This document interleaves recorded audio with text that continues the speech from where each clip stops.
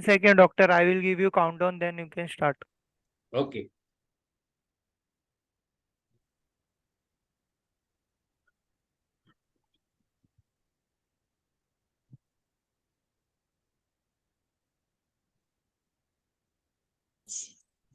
Hi, Dr. Neeraj. Hi. How much to go live, sir? Yes, now we are going live. Just we are waiting for countdown. Sure, sir, sure. So, can we just assume that 2 minutes to go live? No, we just start now because it's already 6:01. Okay, sure, sir, sure, sure. Thank you.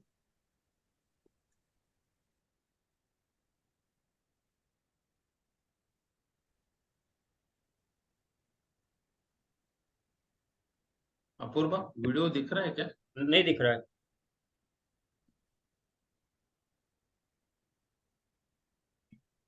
भूमिका,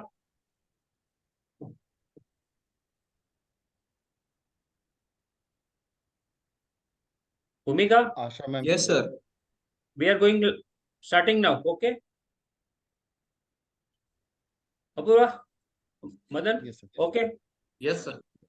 So, good evening and welcome everyone to this fifth session of our third masterclass series, that is on psychosexual health. We have this is our fifth one, and we have already done fourth session in this series. First one was on communication. Second one was we covered was the sensate focus. Third one we covered was the CBT, and the last fourth one was about the sex therapy. So today's fifth session is about the mindfulness. Several research shows that the mindfulness helps to resolve many sexual problems. It focuses on the practitioner's thought intentionally on the present moment. Many people have had full of the sexual belief that may not exactly drive them crazy, but do produce sufficient stress to cause the sexual problem. When sex therapists correct people's misconceptions, sometimes that is all that is necessary to resolve their sexual problem. So we are going to learn about the mindfulness techniques and how it will help to solve our patient's problem of the sexual dysfunction. And the next topic in our today is about the do's and don'ts in the sexual medicine. Sometimes we know what to do, but we doesn't know what not to do. So we have another talk on do's and don'ts in the sexual medicine. So I'm sure today's session you will enjoy and learn so many things new, which will help in your day-to-day practice. We have a two efficient MOC with us today, Dr. Apurva Kumar Datta, who is the National Coordinator for Sexual Medicine Committee, and Dr. Madan Kamble, who is the Sexual Medicine Committee Chairperson of MOGS. So they will give all the proceeding further all. And once again, I welcome everyone for today's session on the mindfulness.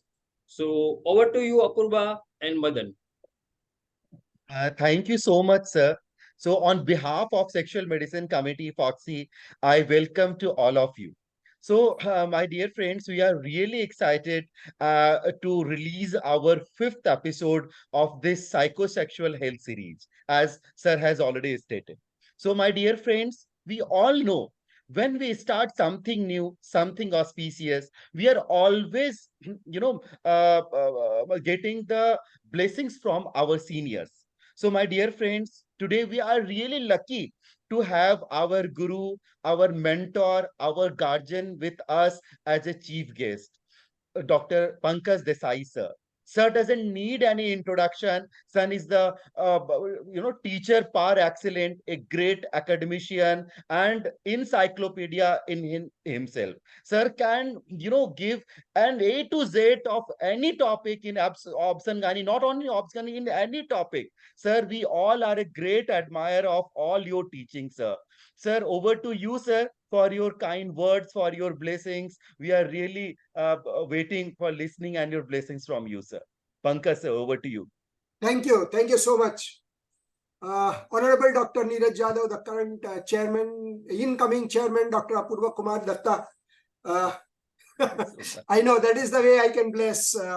and the coordinators who have been also working very hard. I see one very attractive name there, one of Dr. Govind Dayalu. He has a contact, he did appear for a fraction of a second. I think he's the same person who has roots in Baroda, and therefore my natural affinity to him. Yes, there he is. Namaskar, sir. Dayalu Good evening, sir. Yes, and I am sure your endeavor in establishing top level academics in a topic where people tend to be shy of, with Neeraj has started 3 years before, has come in top speed now, is really laudable. Talking of mindfulness, which you are going, I'll go to the story, which I always tell a story. I'll go in 1 minute, but this attracted me when you talked about mindfulness. Do you know that the person who had most propagated mindfulness was nominated for Nobel Prize for Peace? He was none other than Dr. Thich Nhat Hanh. He was the great saint who settled from Far East to in Paris, and last year he passed away. He was a Buddhist monk, and many lives, millions of lives throughout the country or throughout the world have become full because of his teachings and his techniques of walking mindfulness. And now, of course, you people are going to teach sexual mindfulness. That is something very interesting. May God bless you. It has been my my routine that not to do anything very conventionally. Yesterday, in one of the sessions which I was a chief guest in, I had told that don't go to Foxy to run Foxy. Foxy is running. Okay, learn from people like, whatever they have done is not important. Learn from people like Narendra Modi and Amit Shah. They were very clear. They said, we are going to Delhi not to run India, but to change India. So go to Foxy to change India, not to run Foxy. Foxy will run. It is running for hundreds of years, and hundreds of presidents and secretaries have come and gone. But do change India. And that is my good wishes. And today I am going to tell you a story of what a change can do, one person can do. The title of the story, this is all, my story is always based on 2-3 people combination, their lives, but they are true stories. The title of the story is Doctor is Upstairs. Okay, we will call him Ramesh. Ramesh's father was a farmer. They owned a piece of land in the village, a cow and 2 buffaloes. His parents' lives taught him all good values and soft skills. He got his primary schooling in his village. His brilliance was obvious right from first his early school days. His father encouraged him to study further, but that was going to be a challenge.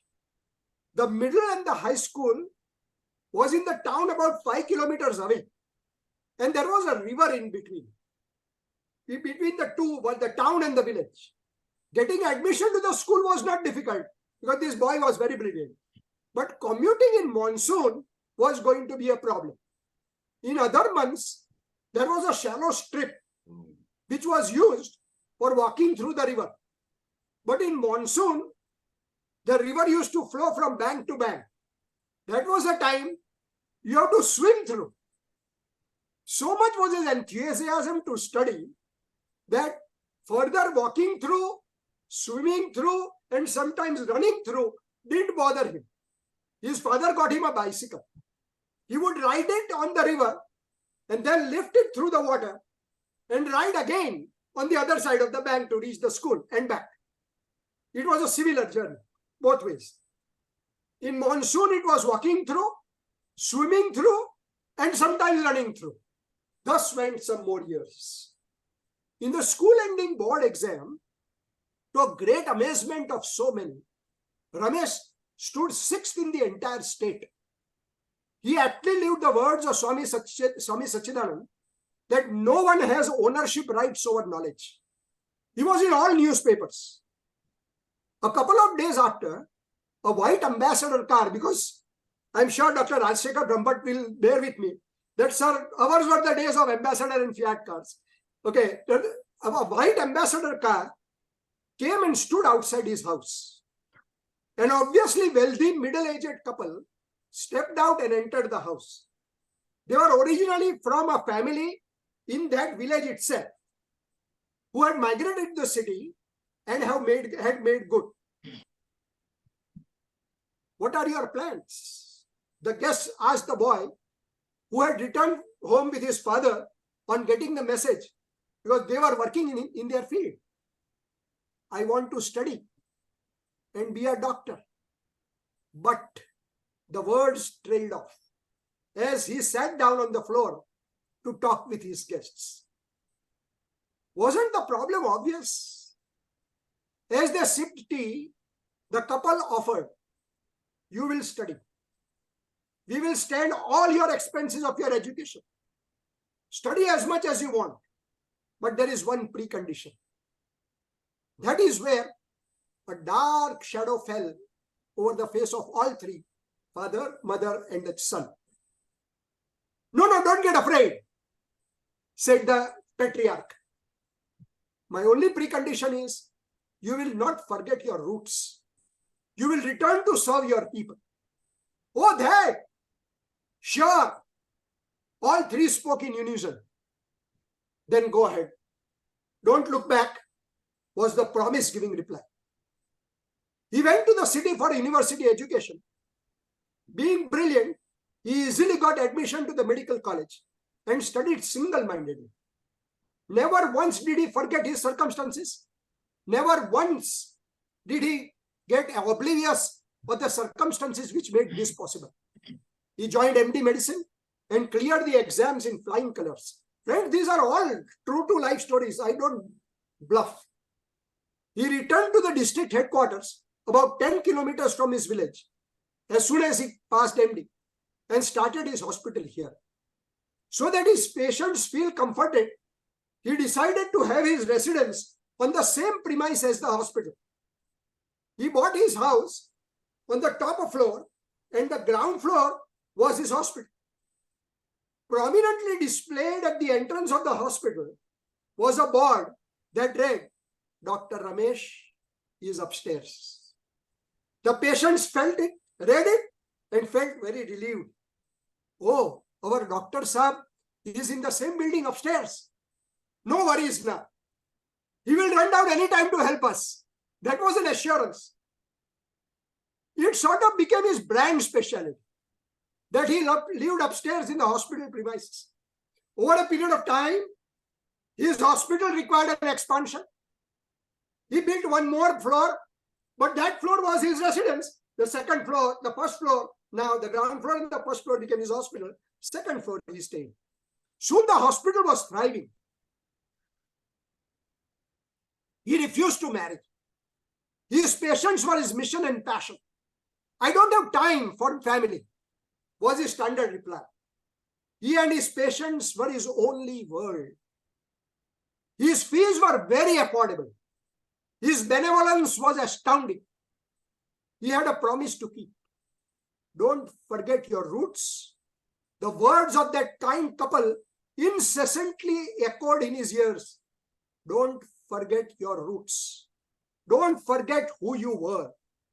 Ramesh's name became famous in the entire district and beyond. In local vernacular, they used to call it Upar wala doctor. Upar wale doctor ko dikha ke aaya ke nahi?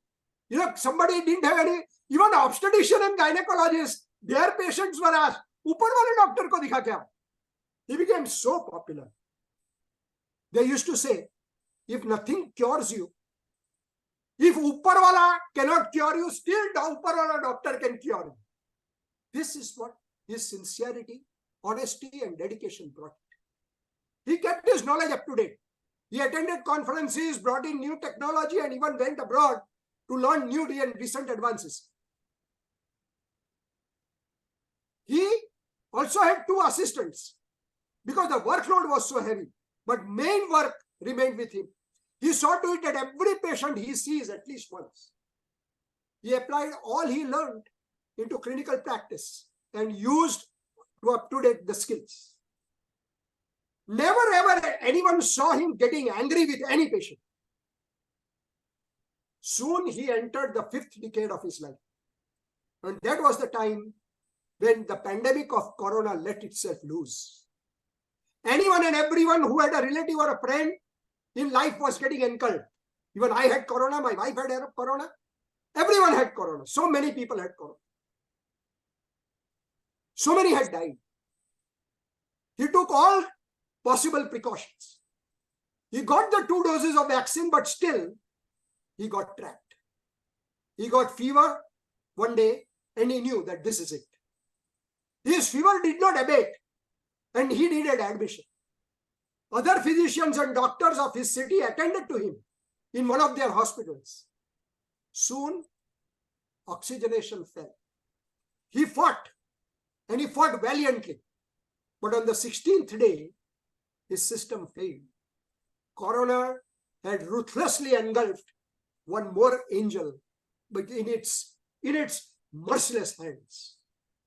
A shocked hush fell on the town as the fateful news spread like wildfire. The doctor upstairs is no more.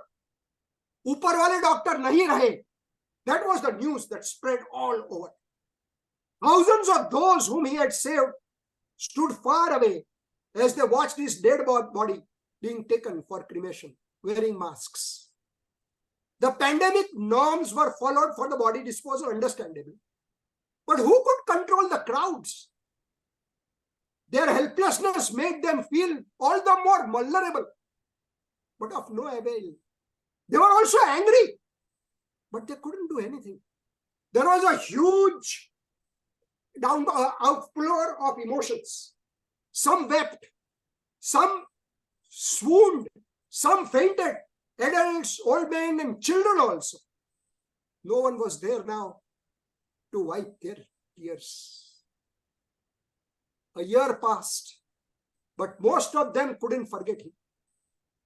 The pandemic slowly abated. The hospital was now sold off, and a new doctor had stepped in.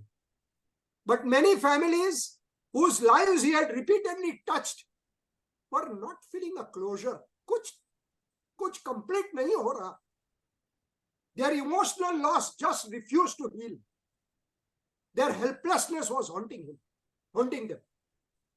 Something was needed. Kuch to karna chahiye. Finally, they met the new doctor who now owned the hospital. They made a very unusual request to him. Thankfully, the doctor readily accepted. So now, prominently displayed near the entrance of the hospital was his old ward, reassuring them, giving them some solace. Dr. Ramesh is upstairs. Indeed, he had become an Uparwala doctor. Their doctor is upstairs. Thank you very much. I wish this entire program a great success. God bless you. Thank you so much, sir. It is really an inspirational story, and really it's touched each and every aspect of a life, of a human life, of a human nature, of a doctor's life, and what we all lost in our pandemics. So thank you so much, sir, for always your blessings, for always your guidance, for always being so kind to all of us. Thank I you, may be leaving sir. because my Okay, I sir. have a surgery now, scissor lined up. Okay, So okay. please Yeah, pardon yeah. me. Thank you so much, sir. Thank you, sir. God Thank Apurva, Madhuri you madam so is much, God sir. bless. So, yeah. Before we go to guest of honors, actually, our Secretary General, Dr. Madhuri Patel, Madam, is joined us. So, and she is at present in flight. What I see. So, ma'am, thank you so much, ma'am, for joining. And ma'am doesn't need any introduction. I always used to say, ma'am is in a true sense is a actually an example of women empowerment, being the first female Secretary General of our vibrant organization, Foxy. So thank you so much, ma'am, for always coming, for always blessing us, for always being Okay, your okay. guidance. Apurva madam is getting Thank you. late, so Yeah. just invite her. Thank you. Yeah. नमस्कार Yeah. कृपया अपने बड़े bags को अपने निर्धारित सीटों के ऊपर वाले Hello, Madam, we can you can't hear hear you. me? और छोटे bags Yeah. Yeah. When best. I have already boarded and my flight is about to take off. Okay, So okay, all madam. the best to all of you, and you are doing excellent work. And congratulations and wishing you best luck for your future endeavor. Bye. Thank you, madam. Thank you. Bye madam. everybody. Thank you. Excuse Thank me. you. Yes, Excuse me. thank you so much. Thank you so much. Thank you. Thank you, ma'am. Asa So madam is our there? next, our next is again the vice president in charge of our committee, none other than but very dear Dr. Asha Bakshi ma'am. Ma'am, thank you so much, ma'am, for always being there. Always you blessed us, always you guide us, and in your busy schedule, you're always there. So thank you so much, ma'am. Over to you, ma'am, for your kind words and for your blessings. Asha Bakshi ma'am. Is she there? Asha ma'am, I think ma'am is not Okay. Okay. here. Okay. Previously Okay. she was there. Yeah. So I would like to invite Madan sir. Please. Apurva, why is it going? You have to join with two devices? No, sir. Okay, okay. I don't know. It was Okay. echoing. Yeah. Actually, it was echoing, sir. Even I was listening that. So Okay. I hand over to Madan sir. Please, sir, invite most respected Dr. Pradesi sir. Apurva, Madan, we can't hear. Madan, sir, we are. Yeah. Your voice is not clear. It's problem because of No. No, I have joined through two Yeah. devices. Okay. yeah. Just Okay, close okay, one okay, device Madan sir, because no it is issue. echoing. Go ahead. It's okay. I will Yeah, start. it's I okay. will start. No, welcome, sir. You are a great academician and you are a great leader of AMOX, and we are so lucky to have you today. And we need your blessing, sir. Please, over to you, sir. Madan sir, not of Amox, of India also. Thank you, Sir, Dr. Pradesi sir. Madan, Dr. Neeraj, Dr. Apurva. Good evening, everybody. Respected Chief Guest, Dr. Pankaj Desai, sir. Guest of Honors, Dr. Kavita Bapat, Dr. Ashwat Kumar, Dr. Rishikesh, sir, Dr. Madhuri Patel, Dr. Asha Bakshi. First, I wish to congratulate Dr. Neeraj Jadhav, Dr. Madan Kamble, Dr. Apurva Datta for organizing this webinar on psychosexual health. And Dr. Neeraj, this series is very nice. Dr. Neeraj has taken this committee on the top due to his hard work and passion for the topic and sincerity. Dr. Brahmavat sir and Dr. Manesh Pandey are the right persons to guide us on this issue. I heard Dr. Brahmavat sir many times, and every time listening to Dr. Brahmavat is a really feast, and having listening different things and his passion for this topic. Feeling proud and honored to be a part of this event under the chief guestship of Dr. Pankaj Desai sir, our senior legend, Dr. Brahmavat sir. Just Dr. Pankaj Desai sir told something should be done different. Then Foxy is running. So I will request Dr. Kavita madam is there. In future, she will be there. Dr. Neeraj is there. Neeraj will be there. Apurva will be there. And Dr. Madhuri Patel. As concerned to this committee, POXO Act is concerned to this committee only. See, there are many problems facing by our members due to the extended age of sex. That is about the 80. 80 is a sex. Every time, every Afghani procedures like delivery, MTP or any. So many times they told to inform to police. And there are many members, they are facing FIR in these cases. I think this should be channelized to relieve our members. So Dr. Neeraj, Dr. Apurva, Dr. Kavita Bapat, I think, and Dr. Madhuri Patel also, I will request to take this issue on the high, and we should relieve this. So Dr. Kavita Bapat, I wish every success to her for her next endeavor in Foxy as President Foxy. And to Dr. Apurva Datta also, thank you, sir. every success to Dr. Apurva for his chairmanship, Sexual Medicine Committee. Thank you so much for inviting me for this program. Thank you, Dr. Neeraj. Thank you. Thank you, sir. One point I would like to mention, sir. Even Yes. High Court has started this debate about Yes. reducing the age of the consent for the sexual encounter. They are so some hopefully something will be done in near future. Yes, that High Court has given. See, there are Yeah. many, means I don't want to highlight any religion or caste, but in some cases, we are facing so many problems.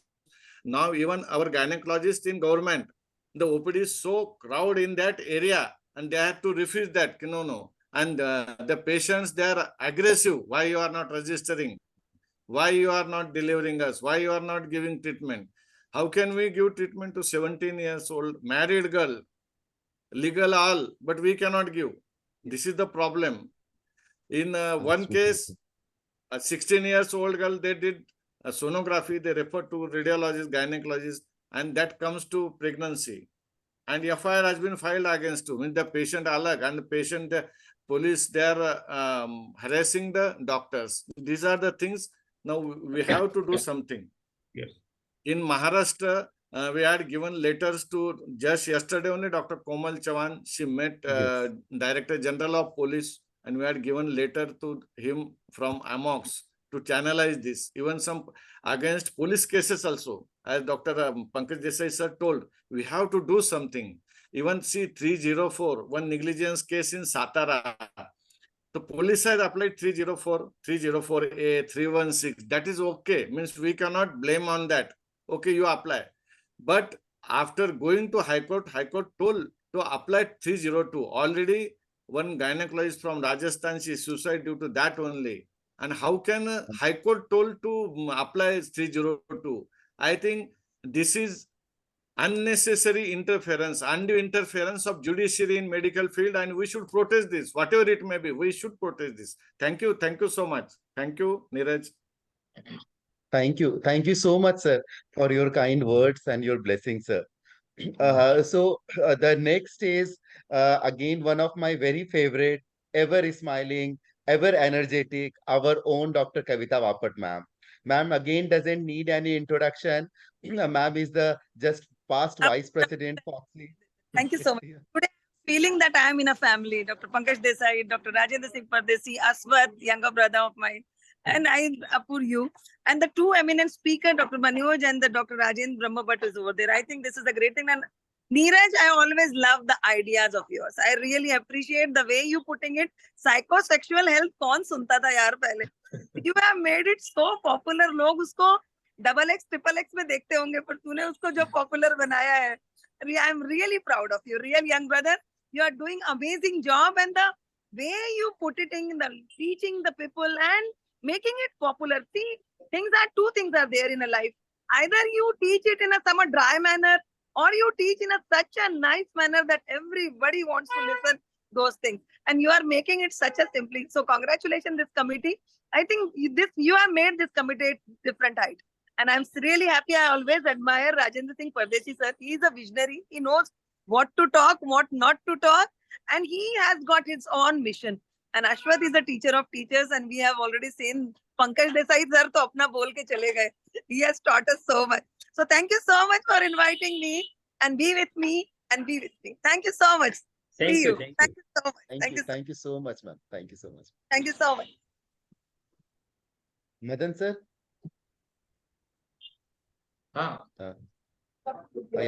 Please welcome our next guest of honor, Dr. Aswat, sir.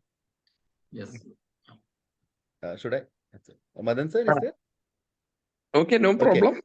Okay, Aswat sir is again what about Aswat sir? He's really teacher of a teacher. I always learn every time when I met with him. I always learn something new about the surgical techniques and about what. Sir is so easy to approachable, so always ever smiling, always helpful.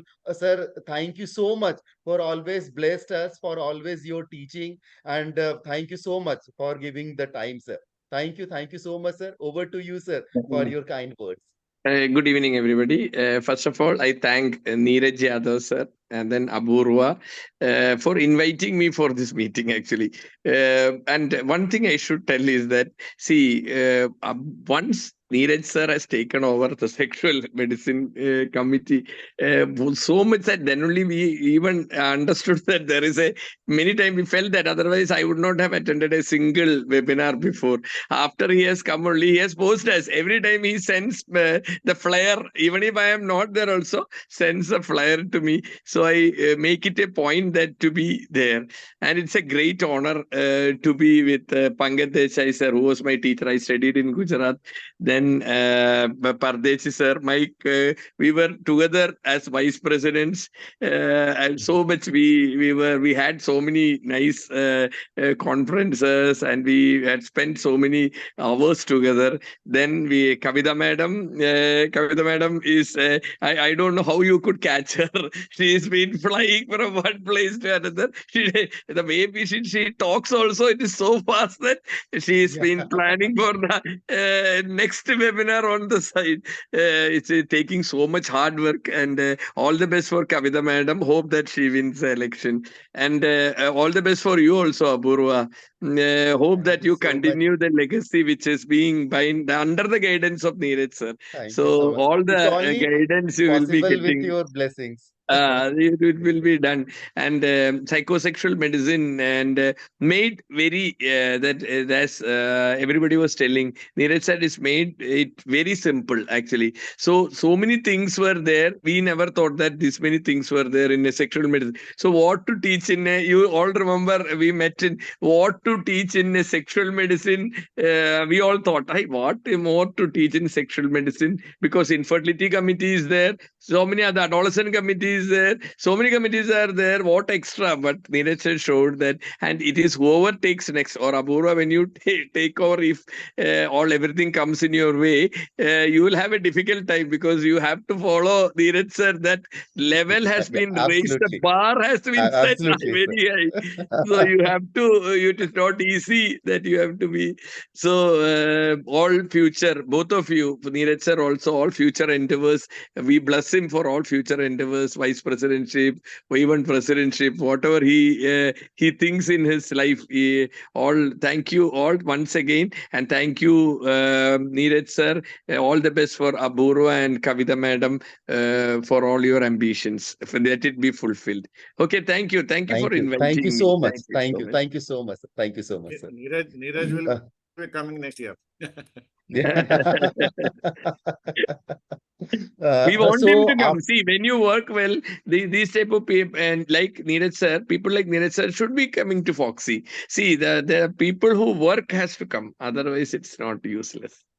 Okay, sir. Thank you. Thank you, sir. Thank you.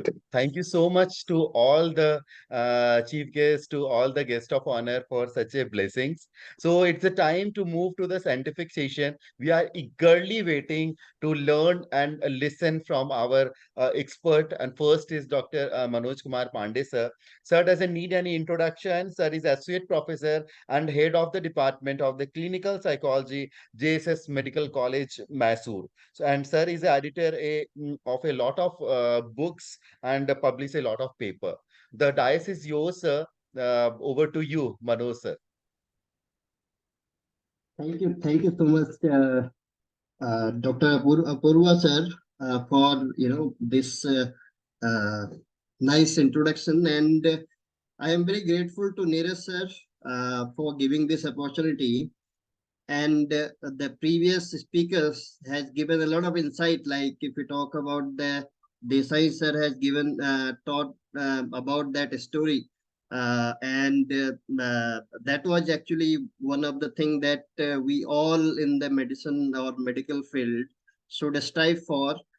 And I thank the Foxy and all the office bearers as well as all the stalwarts in the field here, online joining from the different part of the country. And in front of my screen, there is a huge man, and the man is called Dr. Brahma Bhatt sir. And I am very thankful to Neeraj sir that he has given me the opportunity to speak first, so that if any missing point will be there, but Brahma Bhatt sir will cover up that. So that was a very point of happiness for me. And I had the interaction with Bhatt sir two time in Mysore. I have when come to he- learn from you today. Sir, I'm very happy, sir. To hear you also. I met you in Mysore when you were invited by Dr. T.S.S. Rao, sir, and who is a sexual man. And I was just saying to Neeraj sir also that my presentation and talk will not be that much sexual as the Rao sir's talk. I will be a little bit scientific and little bit content will be there. And I had the blessing from Brahmbhatt sir, I think twice when he visited Mysore. And I remember that lecture in the auditorium where he had talked about the historical underpinnings of, sexual medicine in Indian roots. And that was literally insightful talk, sir. And the topic which has been given to me to discuss about is the mindfulness. And I request to the Foxy and Neeraj sir also to give me another opportunity where I will be specifically talking about the practical aspects of mindfulness in male and female sexuality. And today I will try to briefly introduce the topics and few of the content of its application to the sexual health that I will be covering up, and directly and indirectly whatever is affecting your mind, make you mentally healthy, is going to help you in the sexual health. That's fundamental, things that I will be covering. Let me share my slide without wasting much time.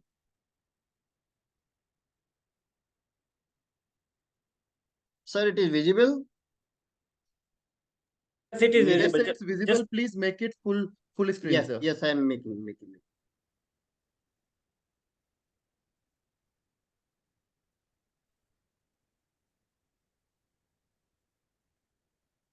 My cursor stopped working. Yes. Now the full slide is Yes, sir. appearing. Absolutely, Yes. sir. Absolutely. Yes. So,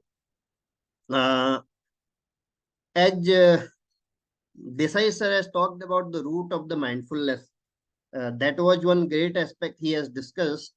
And when we go into the history of Eastern philosophies, especially in Indian context also, Gautam Buddha or Buddhist philosophy has been the one of the important route for the mindfulness, and he taught the mindfulness in different manner to his disciples.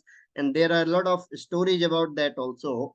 But I will go back far thousands years back than the Buddha also.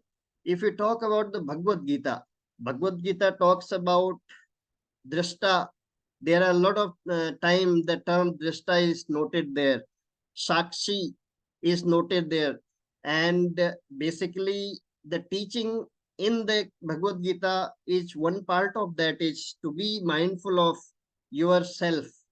Basically, they are talking about some other sort of self, but the root is there also. And plus, in one another Gita that we have heard the name of that Astavakra Gita. The Astavakra Gita is totally focused upon the mindfulness. A beautiful piece of the mindfulness, and I am striving or thinking to work upon it to bring some content of it in Indian psychotherapeutic tools also. Let us see whether I will be or not, but that is my thinking. When we talk about the Western side, where it has been more popularized, this man we can see here in the slide, John Kabat-Zinn.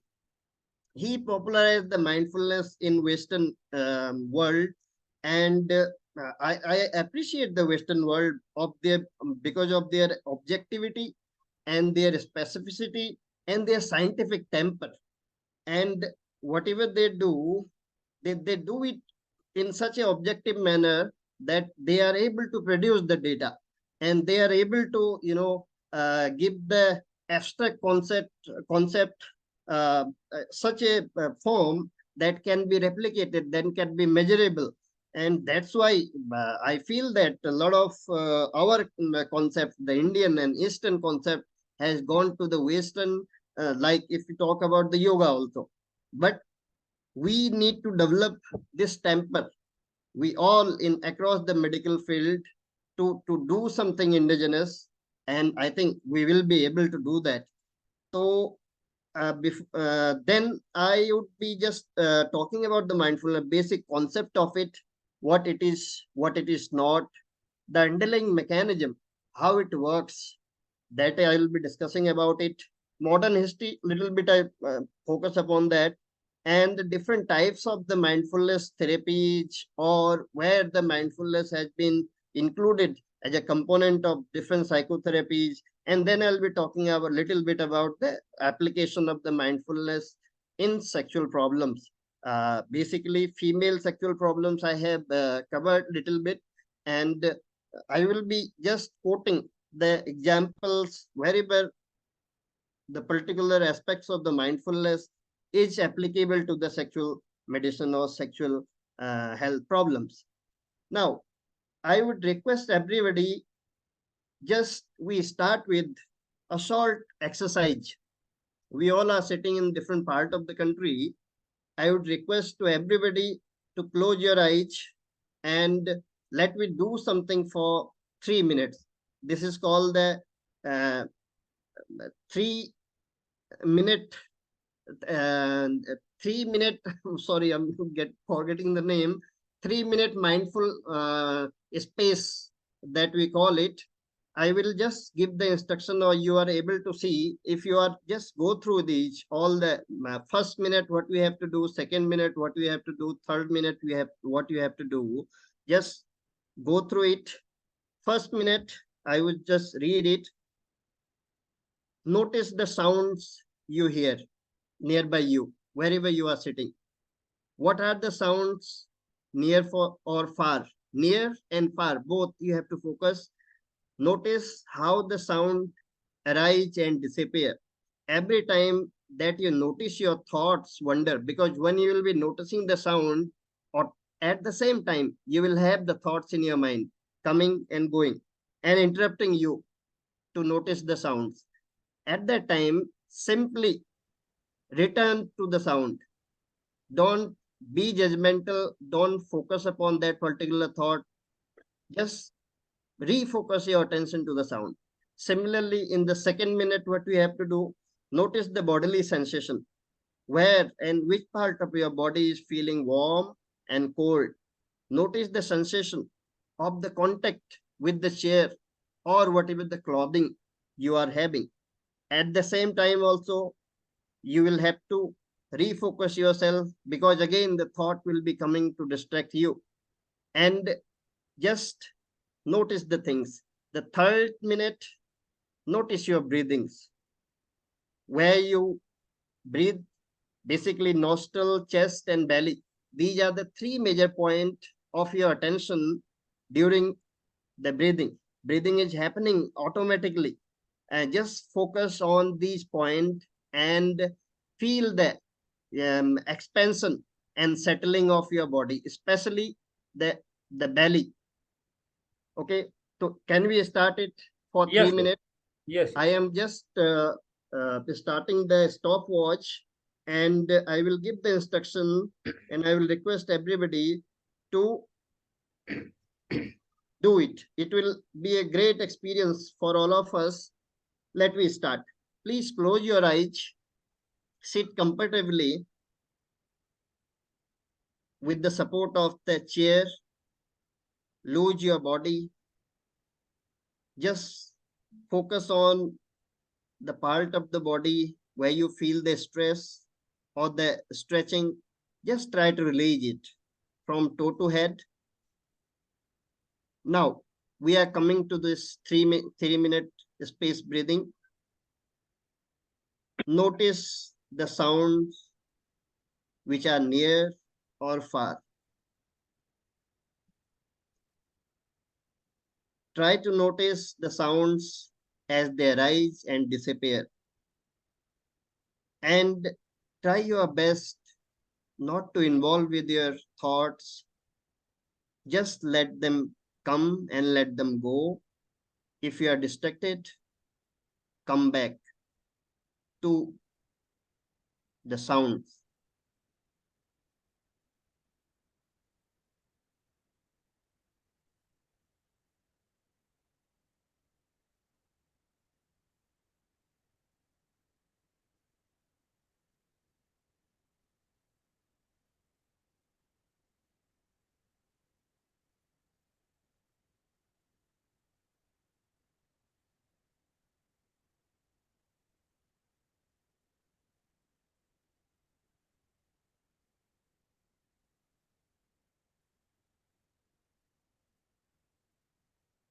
Closing the eyes, we will move to the second minute. That is feeling your body, where you are feeling cold and calm, cold and warm, and the sensations of touching with the chair and clothing. Just try to focus the sensations of your body.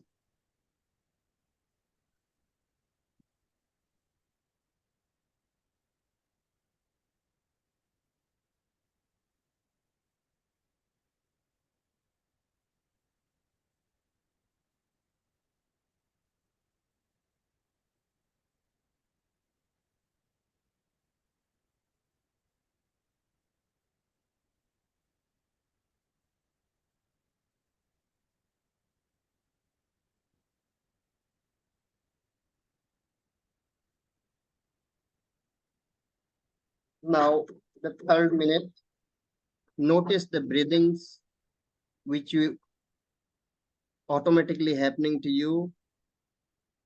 Notice the nostril, chest, belly, expansion and settling. Again, the thought need to be not focused. Refocus your attention towards the breathings.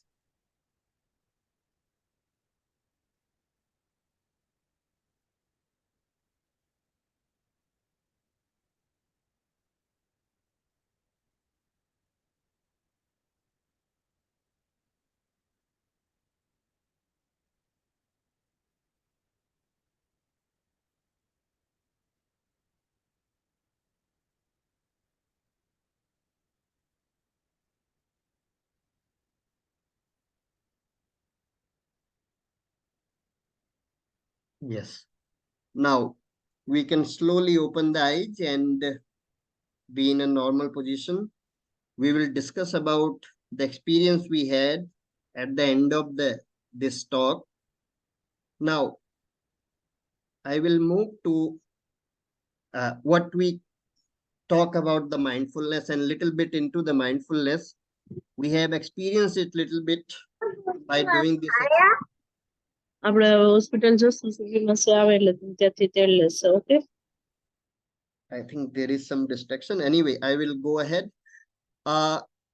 I will just talk about two stories of Gautam Buddha.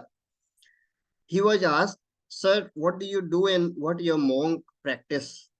He replied, "We sit, we walk, and we eat." Then the man asked, "Okay, everyone does that. Everyone sit, walks, and eats. What is special in that?" Buddha replied, "When we sit, we know that we are sitting. When we walk, we know that we are walking. When we eat, we know that what we are eating or we are eating." Basically, he emphasized that whatever we are doing, we are fully being with that. That makes us different than the other people who also walks, who also sits, and who also eats.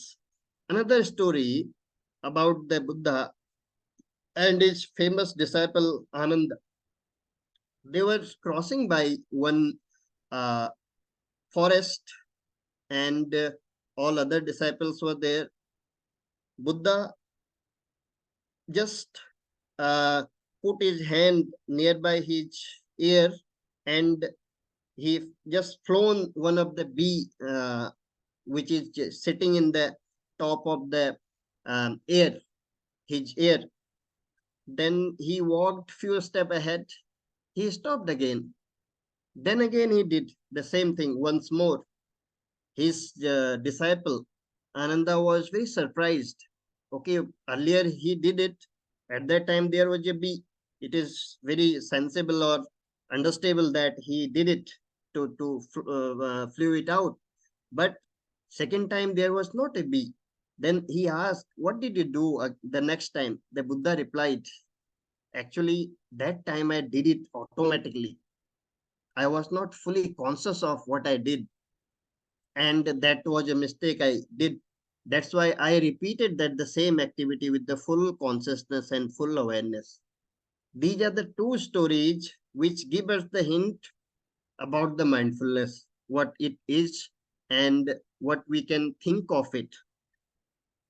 Usually what happens in our daily life, especially in this time, this world of the hectic schedules and much more things to be done, mind, body and action split happens. We are eating, but we are thinking of the clinic of one of the patient, which we got little bit discomfort when we found that we were not able to address that particular symptom which he had. Or we do think about the future. Suppose we are contesting for the election in any uh, academic body or anything. We imagine about the things, but we are doing something. Suppose we are brushing in the morning.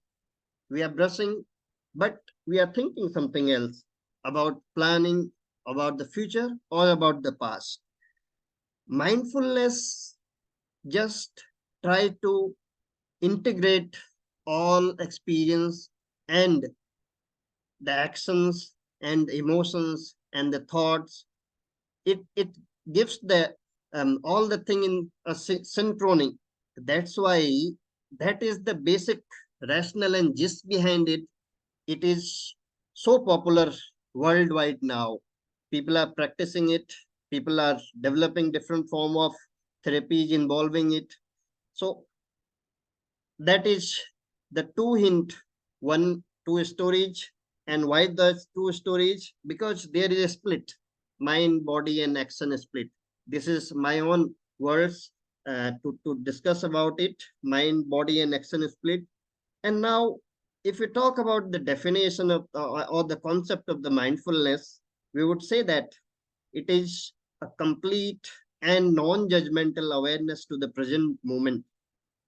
Why we will call it non-judgmental, that we will discuss in the coming slides. And complete means we have understood by the previous examples also, and we will have some more understanding to it in coming slides. And another definition is frequently quoted to the literature is moment to moment awareness of the present event. Moment to moment awareness of the present event. Now, to understand these two concepts, we will have a few more things to discuss about. Like one thing is called automatic pilot mode in mindfulness therapies and mindfulness literature. This automatic pilot mode, we have learned, our brain, body and mind has learned throughout the years of development we have gone through. I given the example of the automatic pilot mode when I was discussing about the doing the brush or having the food or meal. We are doing it automatically like a machine. That is the automatic pilot mode. And the main mission of the mindfulness is to bring the individual to the being mode, where the individual is free from useless thinking and reacting, rather than the individual not react, but individual is proactive. The reaction is coming from the inside of the individual with the whole experience. And another component is experiencing here and now, right? Doing and thinking, I have given the example of that. That is understandable. I think, I hope everybody had understood the split between the doing and thinking. And there can be multiple example of the split between the doing and thinking. And the mindfulness help us to train our nervous system to be in being mode, not to be in automatic pilot mode. This is the basic gist of what mindfulness is and what it does with the nervous system of the human being. Now, if we talk about the core features, observing, describing, being non-judgmental, focusing on one thing at a time, and participating fully. These are the core features of mindfulness. If we try to inculcate them in our day-to-day practice, even as simple as brushing, as simple as we will discuss about that. Desai sir also talked about the walking meditation and all other things. We will go through that. If we talk about the observing means if you just take all the five senses and try to observe these, observing your thoughts, feelings, and bodily sensation that we have little bit done earlier, where the thought and feeling was not there, but only the body sensation was there, right? That is called observing. Describing, noticing the very minute details of each thing. Each thing, we cannot be, that detail about all the things present in front of us at a time, but we have to select the things. Suppose if you are listening to somebody, you need to notice the tone of the voice, that the movement of the lips of the individual, the head notes, and the pressures the individual is putting into the speech, and the content. These are the details of the individual's speech. And that is called describing. What will happen there, when we are focusing on the details, our mind will not wander towards the different distracting thoughts. And thoughts are bombarded all the time, even in the dreams also, in sleep also, when we are not fully conscious. At that time also, the thoughts are bombarded to our mind. So that's why describing is very important concept in the mindfulness, which help us to be more mindful. Then being non-judgmental. This is also very important aspect of the mindfulness, where which is many times neglected in some of the practices and modern techniques the Western world has evolved, which has been criticized by the Eastern, practitioner, especially in the Japan and some part of the Tibet. They say that non-judgmental is an essential component. Along with that, they say that mindfulness without compassion is a wrong practice, because Buddha has given a lot of emphasis on the compassion, which we in Hindi call karuna. And I don't find any typical word which can describe the karuna. Compassion is there, but still it doesn't have the same kind of feeling as we have with the karuna. So karuna and non-judgmental are associated somewhere. We'll discuss that later on. And what is non-judgmental means, do not categorize the things, bad and good. Do not evaluate the things. Rather, to accept it as it is. And then focusing on one thing at a time. Today's world is asking us to be the multitasking. And I don't think that one person can be multitasking, doing two things at the same time, because our the neurobiological system doesn't allow to be multitasking. We can focus upon one point at a time. We will have to shift our attention to the different things. So that's why it is far better to be focusing on one thing at a time, movement to movement, shifting of our attention, and that will help us to be the mindful. And then fully participating is last one of the core feature of it. You are participating as a whole.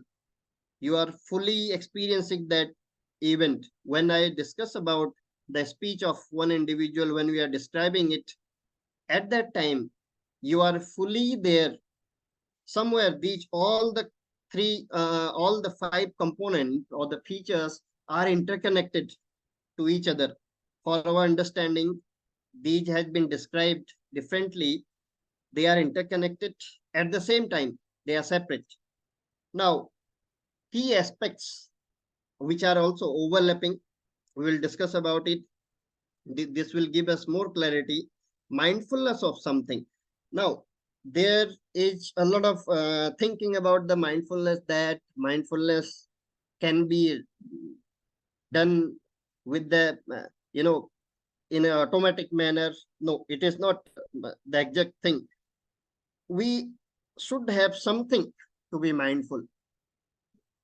That thing can be tangible, non-tangible. That can be the thought, that can be the concrete object in front of you. That can be the experience of, the palpitation of your heart, or that can be the temperature you are sitting in. There should be something which we can be mindfulness, which should be existing with us to be mindful of. Then the second point is mindfulness of something in the present moment, right? We can be mindful of the past. Suppose I remember one of the story or one of the event of my childhood, when I was just, touching my penis during my 4th or 5th years of age. My mother hit my hand. That was the ultimate resolve for her, because she has taught me not to do it multiple times. And uh, if I thought about that and I am mindful of that, then it is not the mindfulness basically of is the present moment, even because thoughts again will come and go.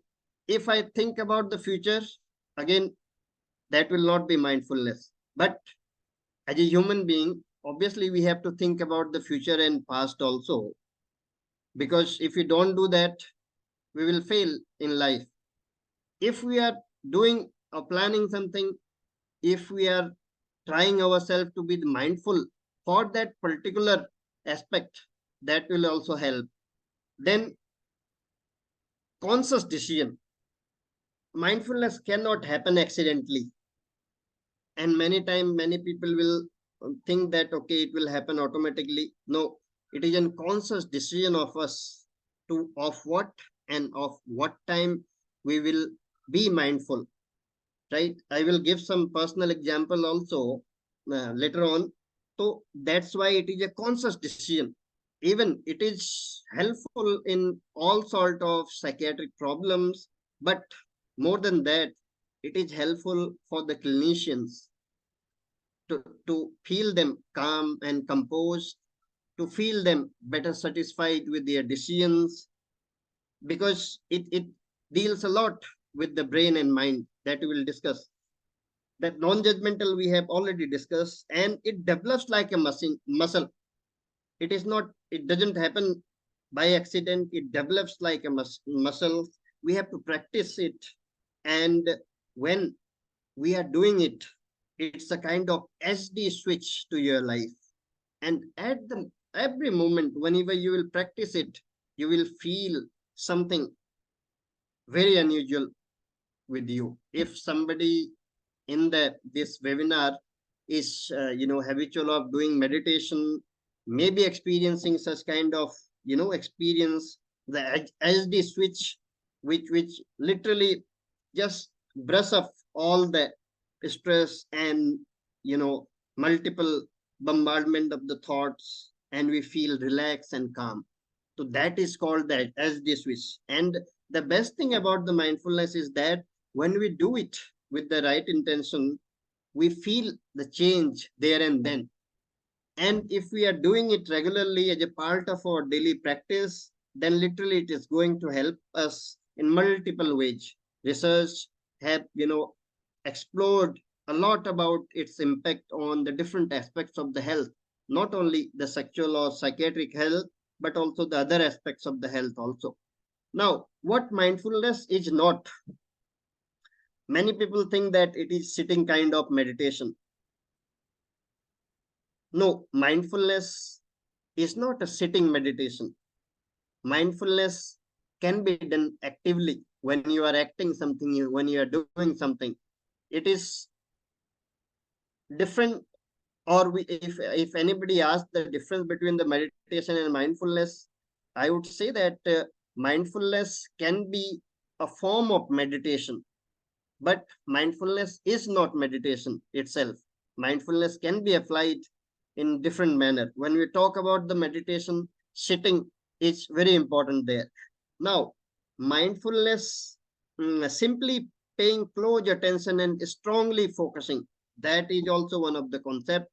I just read one of the recent advancement in the literature in the mindfulness in American, one of the American journal, and they found that in the research, when they were practicing or when they were training the mindfulness to the different group of psychiatric patients, they found that those individuals who strive for it very strongly, it become a contraindicatory thing for them. They are not relaxed and they are not mindful. That's why mindfulness is like a soft focus. It is a silent observer that sits above your concentration and watching everything. Soft focus. It should happen, or we should not be focusing very much attention to be mindful. That will be contraindicatory. We should be simply softly observing the things. If the thoughts are coming, okay, shifting to the thoughts, asking, okay, let it you go, and then, or just observe it, don't interact with it, don't involve in the dialogues, or don't get stuck in the vicious cycle of that thought. Rather, just observe it. Again, bring your attention back to the object of your mindfulness, whatever you are doing. So that is the soft focus. Difficult. Mindfulness is not difficult to learn, but mindfulness need to be practiced. It develops like a muscle that I have discussed. Religious, many people talks about it. Oh, it is just related to certain religion. No, mindfulness is mindfulness, and it is a scientific construct now, and well studied in the field of, across field of the medicine. And especially some people can can use it. That also is a very wrong concept. Everybody has the right to do the mindfulness or develop the mindfulness in their daily life. These are the thing what we call mindfulness, what it is not. Now, very interestingly, there has been a lot of research across the world. What are the underlying mechanism that gives us the positive change, that gives us the sense of the relief, that gives us the relaxation? And there has been a lot of studies. We will discuss in brief what are the underlying mechanism behind it. In this, this is the one of the content from the, somebody is waiting there. It is distracting. Yes, No, am I audible, sir? Am I audible? Yeah. This is one of the content of the article from the Harvard Review of Psychiatry. Recent article, I have gone through it. I thought that I should share it. See, here in this middle block, they are talking about the emotional regulation, self-related process, attention and cognitive control, and motivation and learning. What they have found through the different researches, they say that the mindfulness intervention have impact upon these cognitive and emotional aspects of the human mind. Emotional regulation, we should little bit learn about it, like how the individual, if angry, try to calm himself, how the individual is able to identify the emotions that the individual is experiencing, and how the individual is able to monitor it and control it and deal with it. And similarly, self-related process, like self-compassion there is, and a lot of other things which are self-related, self-monitoring. One example of the self-monitoring can be the time management. One example of the self-monitoring can be that sticking to the daily schedules, and attentional and cognitive control. Again, we have discussed about few examples of the mindfulness. The attention is an important cognitive aspect that is there, which is acting at the behind. And motivation and learning. These all the aspects are there which help to bring the behavioral change. Overall, the behavioral change here is that in sense of that the emotional experiences as well as also emotional experiences are also understood here as a behavioral change, and the sense of relaxation, the calm, the peacefulness is all given the term behavioral change. Okay, so these are the underlying mechanism where the mindfulness affect and bring this behavioral change. Now we will just look into the brain, the aspects of the brain which are affected, which are affected by the mindfulness. Now, if you see here in this slide, this is the recent, again, 2022 articles, biological psychiatry. Now, if we see here, we see in the left side the brain and the green areas and the red areas and the blue area and the purple area. Now, if we see about the green areas, posterior cingulate gyrus and prefrontal cortex, and this particular portion of the just above the in the parietal lobe and just above the temporal lobe. In these area, the activity of the brain, the connectivity of the brain as a result of the practicing mindfulness decreases. When this decrease, and the result of that is decreased mind wandering, the thoughts which comes and distracts us, there is a reduction in those. Why? Because there is a decrease in the activity in these green areas as a result of practicing mindfulness. Now you see, the mindfulness is bringing the change in the functional aspects of the brain.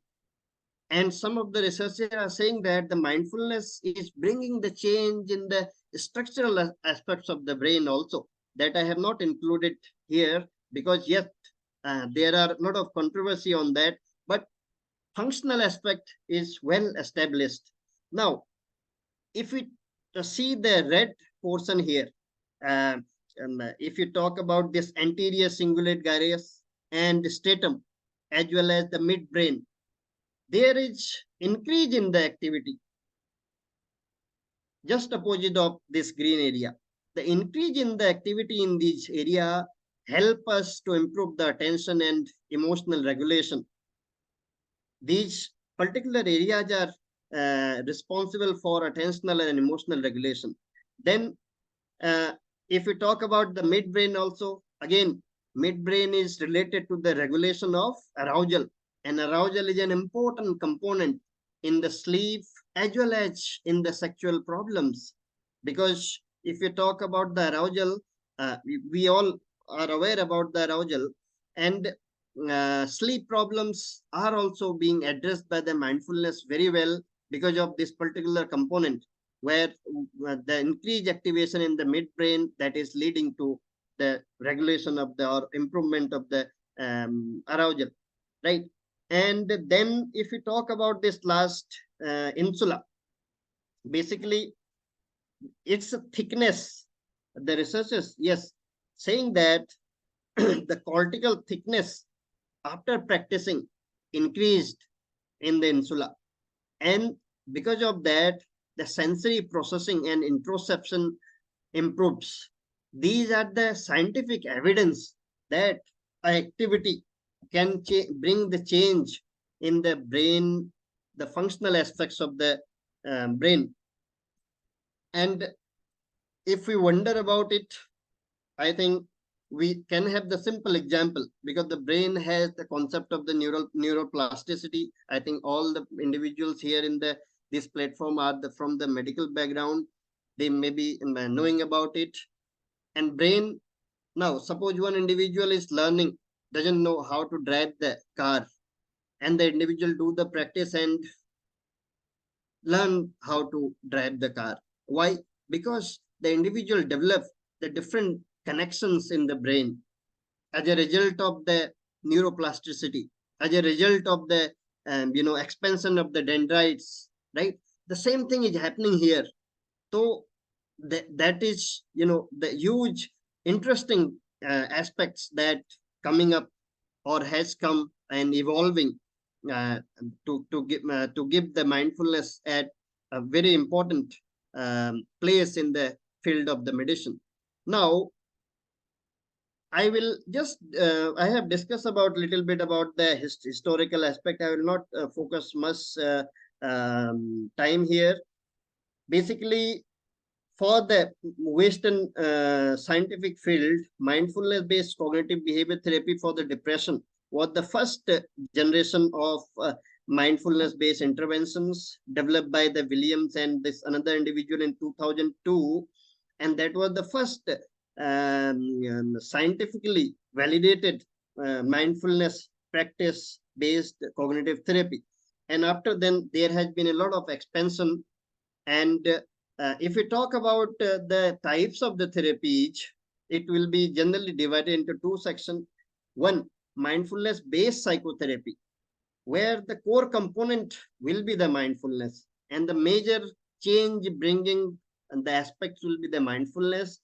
And another group of the therapies where mindfulness as a component will be used, as an adjunct will be used. Like if we talk about the dialectical behavior therapy, which is very popular to deal with the individual having borderline personality disorder and substance abuse. And mindfulness is greatly used here. And a lot of other things are there, mindfulness-based eating awareness training and mindfulness-based art therapy and a lot of other things. I have just quoted few of them here. Now, mindfulness-based stress reduction. Basically, I will just briefly talk about it, what it is. And it is an 8-week period, package of mindfulness exercises, where the group meetings approximately 2.5 to 3 hours per week happens. And at the end, the full 7.5 hours sessions also happen at the end of the mindfulness practice here, and the 6th day of the program. And the techniques which are used: body scan meditation, sitting meditation, walking meditation, and other informal methods of. These are the formal methods of mindfulness. We will talk about them in the next slides. And these are the informal methods like awareness of the pleasant and unpleasant event, awareness of the breathings, and deliberate awareness of the routine activity, like we have discussed about the brushing and eating, driving. And one of the interesting thing that I practice and I would request everyone to practice is taking bath. When you are taking bath, you just try to feel each drop of the water in your body, how it is, going from top to down, or anything can be practiced in informal manner. It is not going to harm in any way. If we are practicing it, it will definitely help to improve us as a whole. Now, sitting meditation. Basically, these are the 4 stages, or rather, I will say that the 4 areas: awareness of the breathing, awareness of the observation of the whole body, and awareness of the feeling. Feeling means basically the emotional aspects, awareness of the thought. So these are the 4 components. One by one, they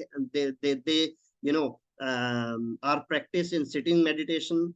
I hope that you would be able to read the procedure. Notice but not directing your breath anyway. If you are doing the breathing meditation, because the breathings are such a procedure which happens automatically. We have nothing to do with them. And here the individual is taught, just notice them as they come and go, as the individual is inhaling and exhaling, doing nothing, only observing. And to make it better and little easy, they are just described. When you focus on the nostrils, and when then lungs, and then abdomen, and when exhaling and inhaling, if we don't focus upon these all bits and parts, we can make it more simple also. We just focus on our nostril, our chest and abdomen, and feel when you inhale, you are inhaling, focus on these point. When you are exhaling, focus on these point. If you are practicing sitting mindfulness, do not direct your attention, do not direct your breathing, let it happen as it is happening. Your task is to only focus as a observer. Then the space of immobility also, because in between one inhalation and exhalation, there is a very minute and short space of immobility, where there is neither exhalation nor inhalation. That point, if we can make the anchor point, it will be very better for us to practice, and we will be easily able to be aware of our breathings. And then similarly, the body observation of the bodily sensation. At first the external part, then the internal part of the body. What you have to do, just observe the sensation. Internal part of the body, if we talk about the visceral activities, especially related with cardiac system, we can feel the pumping, or we can feel the stomach going in and out. An external event means that is, sensed by your skin as a whole. And then comes the feeling. Observe the feeling, perceive the feeling from a distance, instead of fully engaging in or rejecting its emotionality. Like many times what happens that we are feeling little bit sad, and sadness, anxiety are the common part of the human experience. They are disordered only when they go beyond the limit in terms of the degree and in terms of the pervasiveness. Then only, otherwise these are the part of the normal human emotions. So what we have to do when we are feeling sad, to feel sad or to feel angry, when we think, okay, I felt angry, I got angry upon the individual, then we become judgmental, we feel guilty, right? But the sitting meditation says, or the mindfulness says, when you are being angry, try to be aware of being angry. If you are being sad, say to yourself, yes, I acknowledge I am feeling sad. Yes, I feel the sensation in my body. I am feeling anxious. This is the acceptance. And what happens after that? The associated, the secondary emotions, the guilt and all other things doesn't affect us. So that's why this feeling portion is also important section of sitting meditation. And then being aware of the thoughts. In previous slides and the previous components, what I discussed, I was discussing about not to involve with the thoughts and let them come and let them go. The same thing here also need to be done. Basically, look as thoughts with an open mind and accept them. Like I talked about feeling sad or feeling anxious, and we are saying to ourselves, okay, I acknowledge it that I am feeling sad or feeling anxious. Similarly here, the thought and emotions are not different. They are interconnected. If we are feeling sad, we have the thoughts that create the sadness in us. If we are feeling anxiety, anxious, we have the thought that is creating the feeling of the, anxiety or feeling anxious. So then accepting that thought, suppose I am thinking, oh, I did a mistake by getting angry upon my wife. This is the thought. Now, there will be a tendency to reject this thought also, because mind is a bunch of whole things which is very unique creation of the universe or the nature, right? So that's why we have to just be observe the thought and accept them as they are. The example is given here, like clouds in the sky fleeting and passing by, only to be replaced by the new thought. Similarly, and one more example which I usually give to my clients to practice the mindfulness, even it is not related with the sitting meditation, but still I'd like to quote here. I ask them, okay, when you have gone to nearby a river and you are sitting nearby the river at the then you are seeing the water, but you are not able to see one bunch of water at a time. It is coming and going, but you are seeing the flow. You are seeing the flow of the water, rather you are not seeing the water.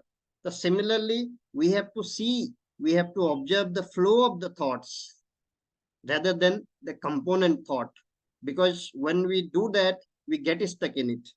And in the field of the psychiatry and psychology, the thoughts are considered to be one of the key cause of the problem, right? And mindfulness is going to help us in that way, when we are just simply being aware of that and not being attaching or detaching. Similarly, Buddha also has given that concept of detachment, non-detachment and non-attachment. There are terms, I will not getting those terms exactly, we'll discuss when it come to my mind. Then the another exercise is body scan. Very beautiful exercise that we can practice in our daily routine when we are going to sleep.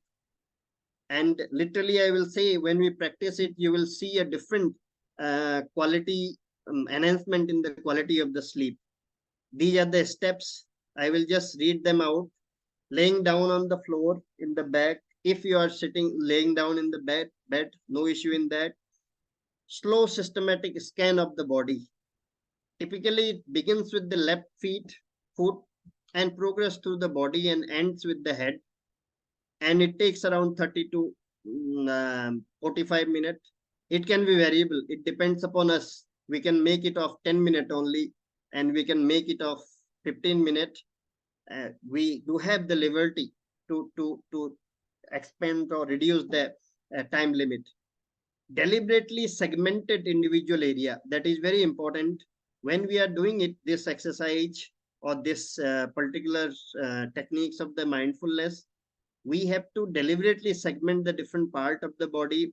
Like if I talk about, I should be focusing on my calf muscles, then I'll be moving it up, focusing upon the hip muscles, focusing on the muscles in my stomach, back, shoulders, like one segment of the muscles we will observe, scan, and move upwards. Become aware of the bodily sensation in each part. When we are observing the particular part of the body, obviously we will be focusing on the sensation. Sensation can be different. It can be pleasant, painful, or without any sensation. Many times we don't feel any sensation in any part of the body. That is also okay. If you are feeling pleasant, that is okay. If you are feeling little bit pain in the back, that is also okay. Noticing objectively, noticing objectively their own reaction to them. Okay, right. Basically, objectivity portion is there. Again, being non-judgmental, we can say that, okay, suppose we are feeling a little bit pain. Oh, it's wrong. Why it happened? Like again, the train of the thoughts will start coming into and disturbing you. So that's why it is better to be objective, or better to be just seeing it or feeling it as it is. And flexibility in attention is encouraged here. Like highly focused attention to the particular part of the body, which are very small in their nature, and more general and broader attention to the larger part of the body, right? So that way also we can and deeper level of attention when we talk about the inside organs, especially lungs, hearts, and sometimes brains also. Like, so these are the steps. Simply, if I conclude it in simple language, we will try to observe the sensation in the different part of the body, starting from the toe and moving up towards the top of the head. Especially, there are certain body parts which accumulate the stress. Number one is the back of the individual. Lot of back pain is because of the stress. Another, the main important part of the body are the shoulders, where the stress accumulate. Another part of the body is the forehead. These are the basic three parts where we can emphasize more. It will give us a lot of relaxation. And when we focus on it, literally that pain or that stress or that stretching, muscle stretching goes off. Now, walking meditation. This is also one sort of meditation. Again, I see a lot of individuals having the morning walk, but at the same time, either they are having the ear leads in their ears, or they are just watching something in their cell phone, or they are dwelling in some psychic world. It is being easily observed in them. They are walking, but they seem disconnected with their walking. That walking is not going to help. Yes, physically it is going to help, but for the mental health, it is not going to help. That's why mindful walking is, or the walking meditation or mindful walking, that both the terms interchangeably used for it, can be very helpful. It's very difficult also, but can be practiced. And what we have to do, we have to identify an anchor point. Feet, legs are used as anchor point. It depends upon us. Even it is written here, you can make the anchor to the sole of your feet. When you are putting one step, feel the sensation in your soul. Or what you can do, when you are lifting up, just feel the sensation in your thigh and knee. Any part of your leg, you can make the anchor point, which you are better able to feel and experience, because the individual experiences vary from one individual to another individual.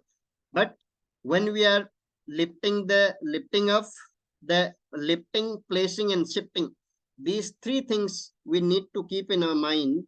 But many times what happens when we are practicing it, again thought comes and distract our attention.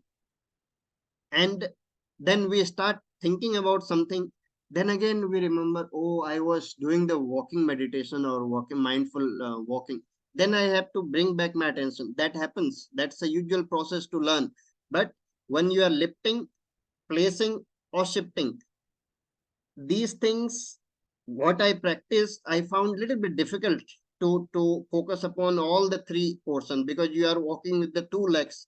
Then I thought that, okay, it is best to anchor, make the anchor to your sole of the feet and knee, and if possible, the thigh muscles.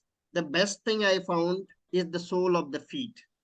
When it is put in the ground and when it is lifted, you just focus on that while you are walking, and literally it gives us magical experience if we are able to do it, right? I will request everybody to practice it. Manoj sir, sorry. Manoj sir, sorry Yes. to interrupt. 10. We have to finish within 10 minutes. Yes, sure, sir. I am just about to finish it. And these are the research activities which talks about the mindfulness, the huge multiple aspects where it has been applied. It improves the chronic, it has a lot of effect on the chronic pain self-regulation, somatization, somatic diseases in the cancer patient, especially to reduce their distress and depress. In breast cancer, it improves the quality of life. These are all the literature talks about the impact of the mindfulness and the sexual disorders, right? Because we will discuss about, if we talk about the sexual disorders for the male, if we talk about the erectile dysfunction, the major cause psychologically, if we see, is the distraction of the attention of the individual by some anxious thoughts, anxiety and erectile dysfunction. The comorbidity of these is huge comorbidity, and this mindfulness help us to be there and then. And we will discuss those things in forthcoming lectures also, and these are the indications where we can apply. And if we talk about application of it in male sexual dysfunctions and non-sexual relationship with the partner, because again, as Brahmbhatt sir is there, Rao sir also is there, I saw him, many of the sexual problems are not related to the sexual functioning. If we talk about the male as well as in the female, especially more in the female, they are relating with the non-sexual relationship with the partner, right? And here the mindfulness help a lot to improve the relationship aspects. Lifestyle factors, here also mindfulness has been applied a lot. And stress, anxiety, I talked about that also. Indirectly it helps to improve the sexual functioning. And psychological characteristics, personality traits, especially if you talk about individual had the low frustration tolerance, impulsivity, distractibility, and obsessional trait. I saw in many of the cases in having the erectile dysfunction, the perfectionism has been one of the key part of their personality. And sometime the bad odor, bad smell from the wife's body was a point of distraction and dissatisfaction, and was the cause of the problem in the erection in the penis, right? So here also mindfulness helps a lot when the individual is fully engaged with the activity which the individual is doing. Now, if it, I have 5 minutes more, sir. Yes, sir. Yes, sir. Okay. Now, there has been a lot of experiments, mindfulness in sexual therapy and intimate relationships, and agents and the Newbury, they have conducted the experiment, and they have made a 6-week program in the St. Mary Hospital in London called the mindfulness sex therapy and intimate relationship, where one exercise is there that I will be, a lot of other things are there in this 6-week program, which I will not be talking in detail. If I'm given opportunity in future, then we will have more discussion about it, specifically talking about the sexual implication in the sexual health. Back-to-back sensing, this is one of the technique they have found very useful. What they do in it, they ask the partner to sit or stand back to back and bring mindful attention and non-judgmental to notice their partner's body. Now, what is happening here? Step 1, sit on the ground, back to back, touching back to back, back of the one partner will touch to the back of the another partner. Then they are instructed, there will be the point of contact between your bodies, and for 15 minutes notice the sensation which arise in your own body, and as well as the point of contact between the two bodies. and try to move the awareness even closer to the sensation. If you feel a need to move because you are uncomfortable, try to move intentionally, but with that attitude of caring about or for the other person. Means slow move should be there. Move means when there is a discomfort, then this is the back to back sensing. Now after 15 minutes, the couples are asked to be face to face, facing one another and answering the following question. Was there any feeling of intimacy in the relationship, of feeling your partner's body, to feeling your partner's body? When you are feeling your partner's body, was there any feeling of intimacy? And how was being aware of your partner's body related to your own awareness of the emotion and thought? And then, do you notice any sound during this exercise, either yours or those of your partners? Sound can be anything, movement of the hand or breathing or any other sound. How did becoming aware of the sound impact your experience for you? Like these questions are asked. Why? The purpose of these questions are to inculcate and to enrich the experiential understanding of the individual, that what happened during sensing. And these questions will ingrained more deeply in the mind of the individual. And this is there is another exercise that I think lack of time is there, so that's why I'll not focus more upon it. It is also similarly related to the previous one, but basically what is happening, if we talk about its application, there has been this particular lady who has written this beautiful book, Better Sex Through the Mindfulness, how women can my daughter is disturbing me. Just beta ऐसा ना करो पहले. Just wait a minute, sir. Sorry for that. Okay, no problem. She's very small and I'm sitting for a long time here.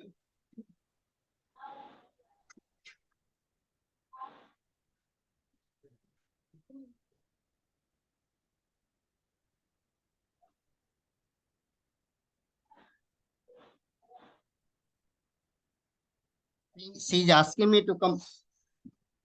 Okay. Uh, what she has also done some experiment with the couples and especially with the women. And what she has found that these exercises are going to help a lot because the basic thing is that this is the rational, whatever the experimentation she has done. When the women learn to be right where they are when with a partner, rather than in the multiple other places in their mind. Eh? Basically, when we are into the sexual relationship also, at that time also the thoughts interrupt us. At that time also the thought may be relating with the partner especially, may be relating with some other aspect, like I talked about one of the example that the bad smell of the body of the female couple is one of the thought of distraction. And similarly, the mindfulness help us to be there and then, and they start experiencing the sexual contact with the partner, and which they have not experienced for the month and year. And it is the saying of that individual, that lady who has written that book. And in fact, many women practicing these in these studies tell us that they start feeling like dating couple again. One that is discovering touches and sensation for the first time. That happens in the dating couple. So these have been the sum of the gist of the experience of the females after experiencing this mindfulness related exercises in that experiment, and a lot other things are there. And I am with the end slide of that is the reference. I hope that if you wish to go in detail, you can refer these references. And I would like to end here, and the question answer will be most awaited, and sir would tell me whether Yes, this can sir. be. If there is any question, just put up in chat box. Sir will answer in the chat box because we are running as such late, so Yes, it's yes, difficult to see this. So if you have any question, put up in the chat box. Sir, please go through the chat box if there is any question. You can yes, answer any sure, question. sure, sir. Apurva, are you there? Thank you, sir, Manoj sir, for the wonderful, mind-blowing presentation. It was such a lovely new experience to learn about this technique of mindfulness and how it is useful in our day-to-day practice, and especially in the sexual dysfunction. So thank you very much, sir. Apurva, are you there? Madan? Yes, sir. Yeah. Introduce sir, Rajsekar sir. Brahmbhatt sir. Yeah. Invite. Madan? Yes, sir. Yeah. Good evening. It's my great pleasure to invite our very dear respected Dr. Rajshekar Brahmbhatt sir. Everyone knows actually he doesn't need any introduction. But,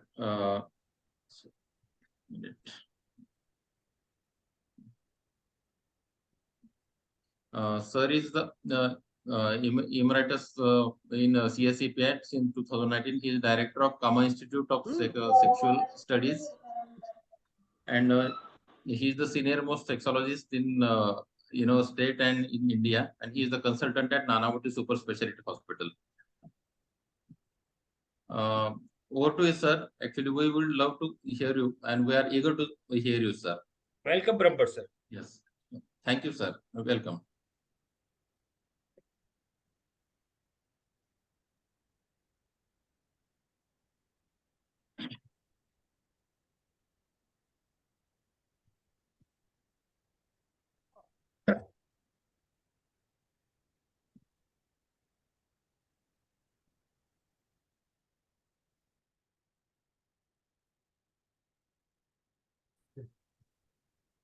Good evening, friends. Good evening, sir. Am I audible? Yes, sir. Yes, sir. Yes, sir. Perfectly Good evening. How much time I have, Neeraj bhai? 30 minutes, sir. Okay, done. So I'll try to be little fast. It will be a quickie. In sex, we say. So thank you very much for inviting me and asking me to speak on do's and don'ts. To be honest with you, in sexual medicine, the first time Dr. Vasan gave me this topic, and I was so happy. And then I started scratching my head that it is never taught to us what one should do it. First of all, there are many stages that you have to think about it, that whether I want to be a consultant in sexual medicine or not, how I equip myself, how to go about the things. It all depends and a lot of things. So I will be taking you with the practical points and which you'll be able to take it along with you. To be honest with you, today I was feeling that normally we say warm welcome to August gathering. Instead of that, I would say wet welcome to July gathering. I see outside my window and it is pouring. So apart from Neeraj Jadhav being a great organizer, great obstetric and gynecologist, great sexologist, I would say, you should join the weather department. It's good that you put a webinar. So from 6 o'clock, I'm here. Otherwise, I would not have been able to come home because of the lot of floodings around. So that's one more feather in your cap, I would put it. So this is a very, very interesting topic. You may be practicing in your own clinic. You may be having a nursing home. You may be attached to some hospital. You may be in a very small town, wherever you are, with minimum equipment that I would say with a pen and a paper and a table and 2 chairs, you'll be able to practice. See, in Gujarati, we say in atta, whatever amount of ghee you want to add, you add it, It all depends upon how much. So how to expand upon is entirely upon you. So what I have done, like a bee, gone to the various flowers and then they collect and they bring the honey. So I am going to give you in a small capsule what I have learned over the years. And believe me, last 1 week also I added couple of slides, because every time when you talking something to such a nice audience, I feel one need to update and give something very, very different. So these are the points, and maybe at the end, you can share some of your own experiences. So I'll take you through stages. You may feel that it may sound like an autobiography. As Neeraj has said, I'm the senior most. Yes, we are lucky. Even if you remember, our chief guest said that ambassador, and he said, Dr. Raj Brahmbhatt, you will know that what were our days.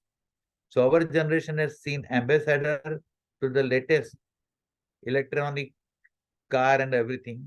We have seen bullock cart to the best of the jet, plane and other things. We have seen a small narrow gauge. On the other side, what we have seen is right now the bullet train may be coming within a short period. It was a very difficult time. We have seen a telegram coming to us.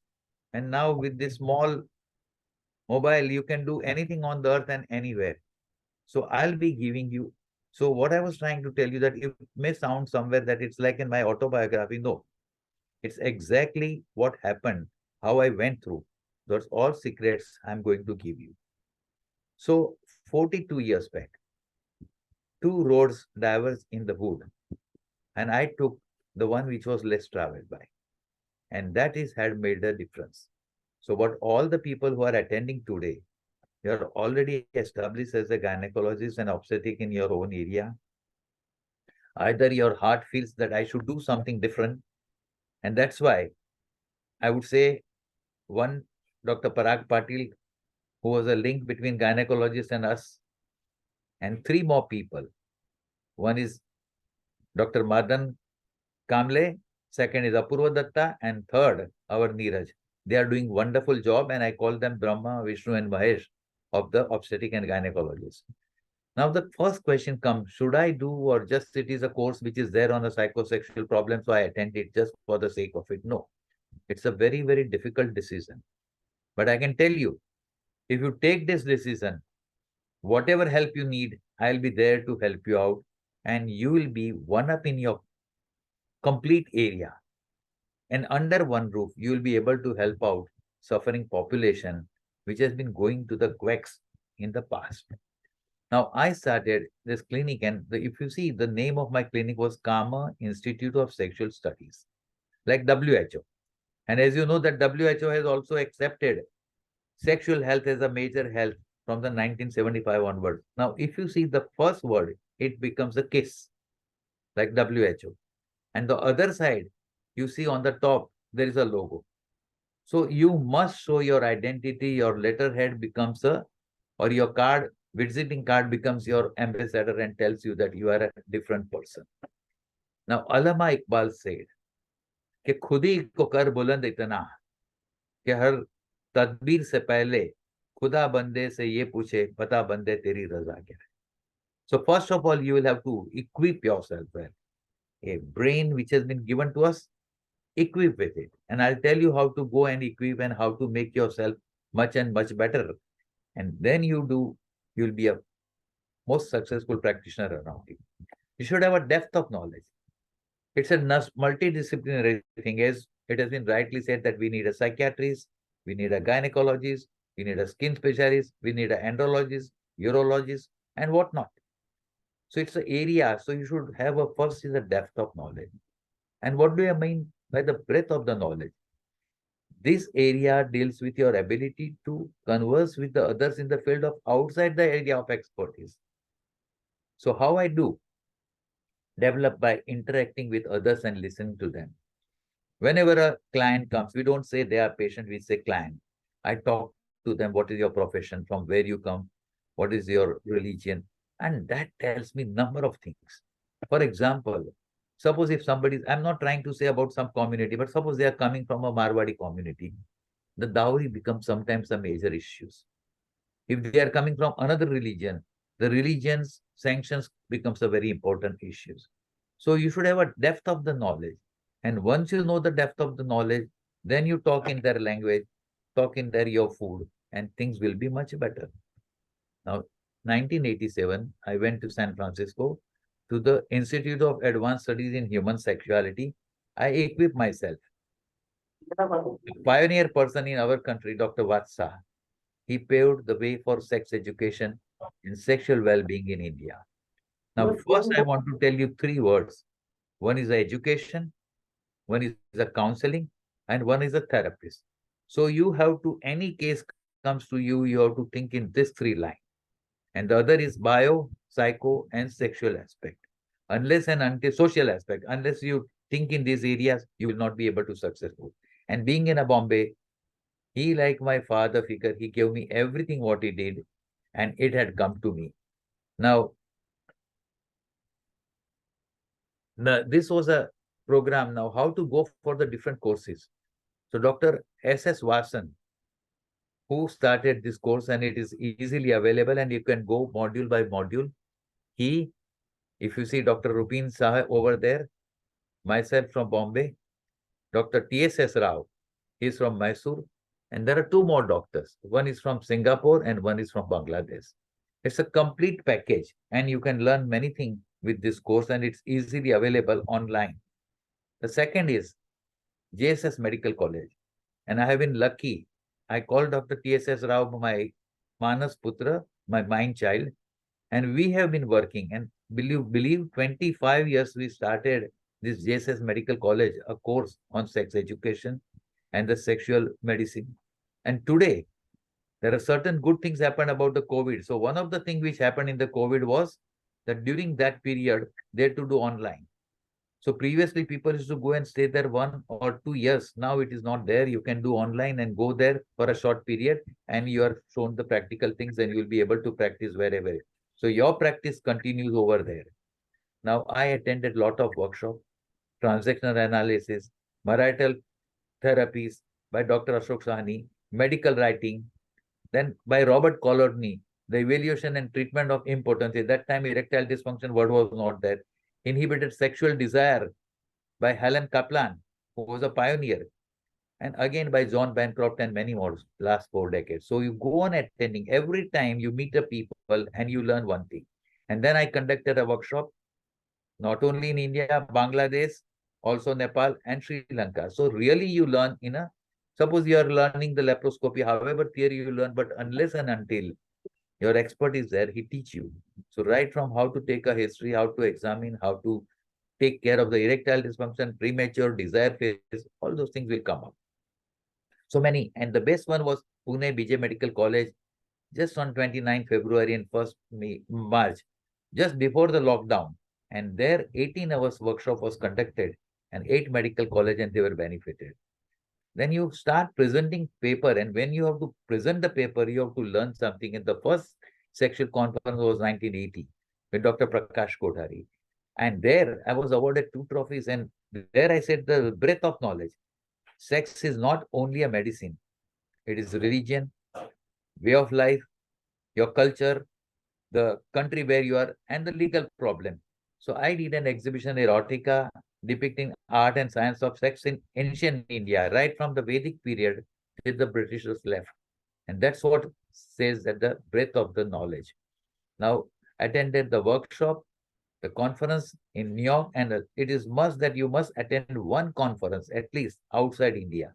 Then you see that what sort of a workshop and how do they do and what conferences are there.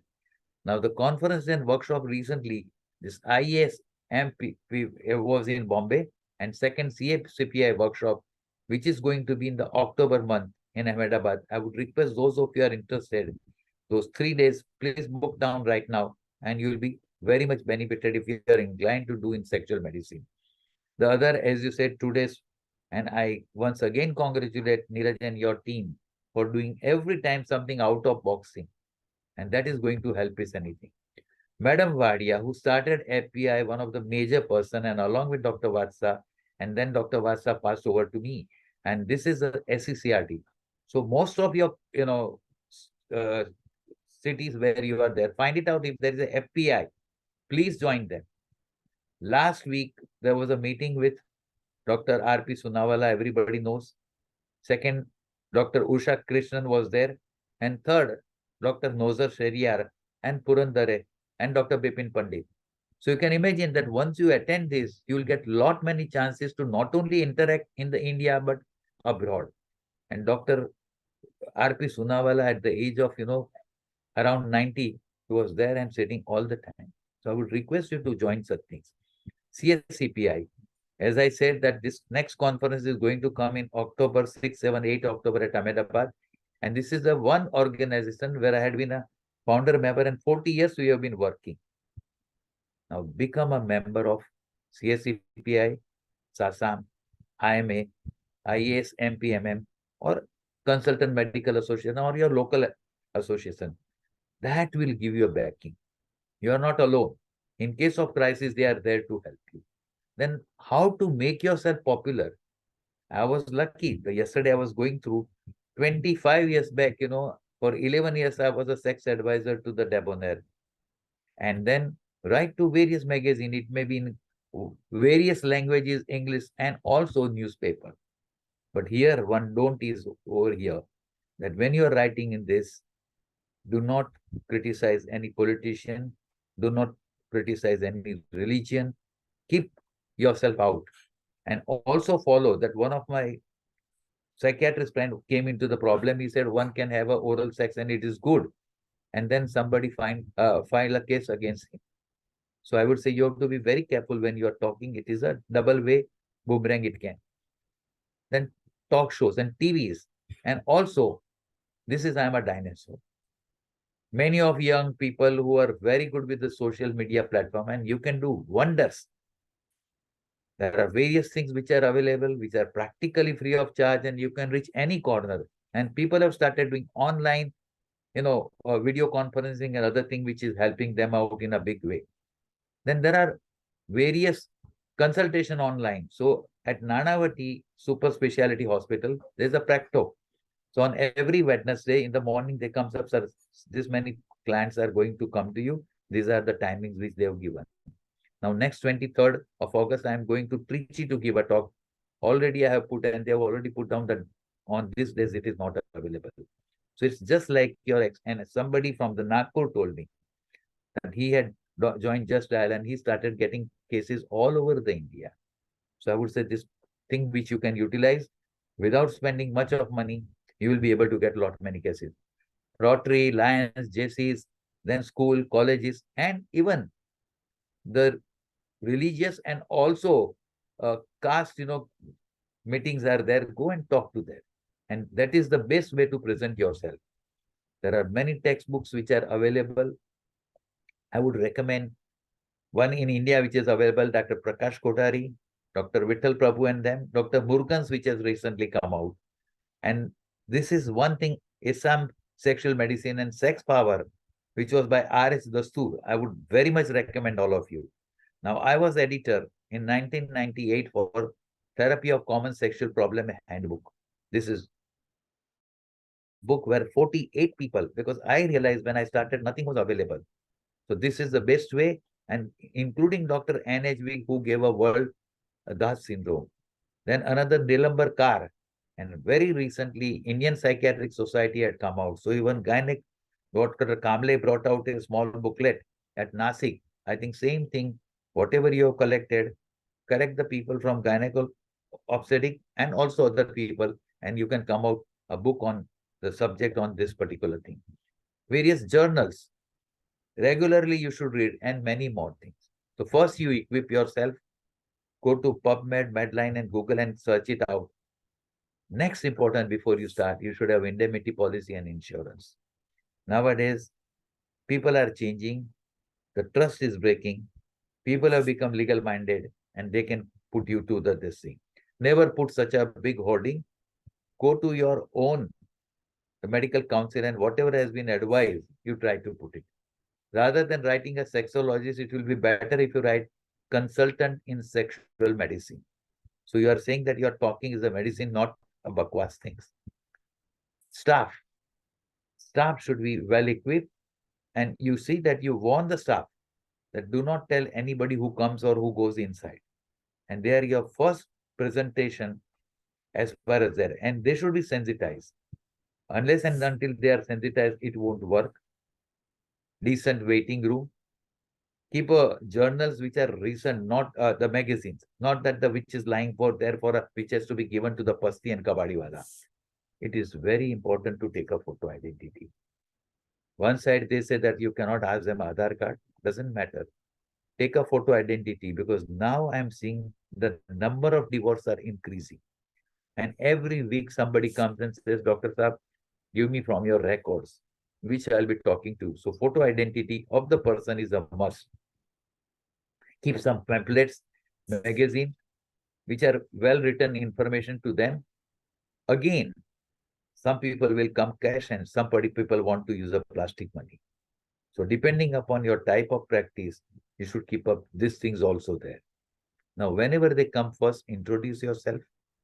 Say that I am so-and-so, I do this, and find it out that from where you got information about me. That is a very important part. So you know, okay, whether you got it from media, what he had written, or you had gone to give a talk to somebody, Lions or Rotary or other, or some friends told him. So this is will give you how to ethically reach out to your people. Now, CCTV. Recently at one of the hospital in Bombay, one doctor was accused of sexual abuse to a patient. Now, if you have a CCTV coverage, that things will not be there. Video and voice call. This is now very common after the corona. Now, some of the people say you can't do a video call. And on the other side, most of the us are doing a video calling. Only thing you have to be very careful that there is no second person sitting over there. Sometimes you are talking to husband or a wife. Don't allow them to sit together. Say that the other person should go to other room and then you try to talk to them. Voice call is fine, but video calling, what happens? That at that moment, whether what dress they are in the night dress or whether they are just come out of the bathroom or other things. So you have to be very careful. And same thing is about you. Project your image. And you should be, if you want to project yourself, clean, neat clothes and be a little different. Because people mostly judge book by cover. So your first impression, how you are dressed, what is your voice, how you handshake, and how you learn the eye contact. And this is what we teach them during the workshop. Ask permission to take a record. And this is a very, very important thing, whether you take a manually or you try to do digitally. But your record keeping will help you in a big way. As I said, first is the identity of a person and record keeping. And if you are going, as I am going to Nanavati Max Super Speciality, I do not write the details which they have told. I may write a diagnosis and other things, because the confidentiality is the most important part. And say that whenever client enters, the first thing I say, what you and I talk is going to be confidential. It will not be told to the person who has given you or sent you to me. It will not go to your partner. It will not go to anybody. But then again, one disclaimer. What is that disclaimer? You have to say, if you are going to harm yourself or others, or if you are suffering from HIV or other thing, counsel them and tell them that if you don't learn, then I will have to disclose this particular thing. That's the only clause in a confidentiality you add now onwards. Now, touching. Some people in foreign countries, it's very good. It's a touch culture. In ours, you have to, the best way is during Corona, which has been taken by all world leaders, is a namaskar culture. Touch can be positive and negative. Eye-to-eye contact is must. Minimum thing on. And see the body language. If you see the first one, he is very open. And second one, he is close. So you must not allow them to be close. When you're talking to them, tell them that I can remove my coat, I can remove my tie. Let's sit down like a friend and talk to me. Unless and until trust and rapport is developed, you can't be doing anything. Counseling itself is a big process, and I would request Neeraj Bhai to teach people more about counseling. Because your communication, the first principle, you should be active listener and be a professional and objective. Do not try to divert yourself to other areas. Even if your curiosity is there, And I remember one of the doctor, he asked, that person was talking that I had gone to a call girl and something. So he asked, okay, how much charges, now this is not his business. It is not going to help in a treatment anyway. So that fellow said, I know her, I have developed a friendship, I can get you cheaper than that. So please be careful. And silence. There are many occasions where silence will go. Just look at the person. Allow them to talk. If they are crying, allow them to ventilate. Keep a tissue box, take a glass of water and give to them. It will make a lot of difference. Now, reduce jargon. Avoid why, don't say why, Appropriate humor. Clarification. They may say kamzori hote, but what do they mean? And most important is training yourself in a communication skill. I see many people that do not know how to talk to the client. And in spite of being a gold medalist, they are failure in their practice. Now, bio, psycho, and social, these three things, you have to keep it in the mind while treating all the cases. We are not treating male or a female. What we are treating is a relationship, and relationship. Because they will ask you, sir, he has got a problem, or she has said, no, I am treating you as a unit. If in a car, one thing, fails, the car will stop. So all of you are very much important into this. Changing lifestyle is a very important in today's stress area, and teach them about balanced diet, sleep, exercise, and yoga before I come to the treatment part. Sexual orientation. In the history, do not miss this. Today, more and more people are openly coming out about whether they are homosexual, bisexual, asexual, or whatever they are, or transgender, whatever they have got. So this question, you should keep it in the mind. Coital position. Even highly educated people, they have no idea. Find about the marital disharmony. However you break your head, they will not be okay unless and until they are in the one line. Hundreds of problems have come out by looking at the porn and the Google. So you should ask a person in separation, are you watching some porn? And are you watching particular site? Because there are sites which are different things, and unless they get that kick, they are not going to be successful as far as the sex is concerned. In a female attendant, the spouse says, unfortunately, you are lucky you have been doing it. And unfortunately, Bombay, somebody was caught because without gloves he was examining, and it came out in a big way, highlighted in a newspaper, and created a lot of problem.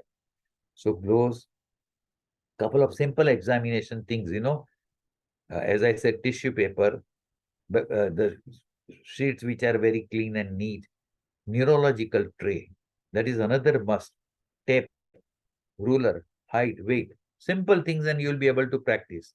I have given for a female gynecologist and for a male even. Suppose you are practicing in a office or you are practicing in a multi-center clinic, there is no privacy. So hardly you can examine, but if you want to give a papaverine injection or a sildenafil citrate and want to see, nothing happens. So I have developed a home test, and my gynecologist friends are highly benefited, particularly all women gynecologists. Ask them to give after finding that they are not on any nitrates, give them a 50 milligrams of sildenafil citrate and say that in your privacy, in your home, whatever you want to watch, fantasy, just do and take a photograph, keep it in your phone and show me next time. And you may find there is no erection, good erection, the skin is not able to go down, and here there is the complete curvature is there. This will help you in a very way. Google will create a more problem. Still, I would say common sexual myths are very much, and particular myths about masturbation, that penile signs of anxiety, and breast size. Keep a flip chart. Now, myths are there. How can you explain? So I'll say three things: sex education, counseling, and therapy. And therapy, medical therapy, and then it can be, say, injectables and surgical therapy. So you can prepare your own charts, or you can have a tablet put down over there, or keep some model. As many of gynecologists I've seen, you've got a female model, ask them to give a male model also, and get it from even Amazon and other things. Learn Plicit. How to, any amount of anxiolytic depression will not help unless you take this explicit model and teach them how to go about for their sexual problem. Ask all the drugs which they are taking, Ayurvedic, homeopathic, allopathic, and once they bring drug, then you'll be surprised to know. Yesterday only I had a case who came from abroad, and for his hair, he had gone and he has taken a finasteride, and that has given knocked him down. This is one of the most notorious drug. Desire, erection, ejaculation, and orgasm, desire, lubrication, penetration, orgasm, and pain is known to everybody. Viagra or sildenafil citrate, it's a magic pill, but it does not increase desire. Don't think that it's a sex tonic. And when you write the same Viagra, people know that I know the drug doctor is useless. So try to find out some other things and write it. Now, there are a number of sildenafil citrates are coming up, and every day, every year comes up new. Only thing you have to be very careful that after taking that, one has to stimulate. Start with the small dose, go on increasing the dose. If there are side effects, change to other things, or maybe tadalafil. And if somebody has taken a avanafil, next 12 hours, you cannot give him anything of nitrates. Sildenafil citrate and vardenafil for 24 hours and tadalafil for 48 hours. So whenever you give a prescription, G, that in prescription you write it down. Please do not take any nitrates along with it. It's a very, very important thing. Otherwise, person get profound, irreversible hypotension. It will be difficult. Brahmat sir, sorry to interrupt, sir.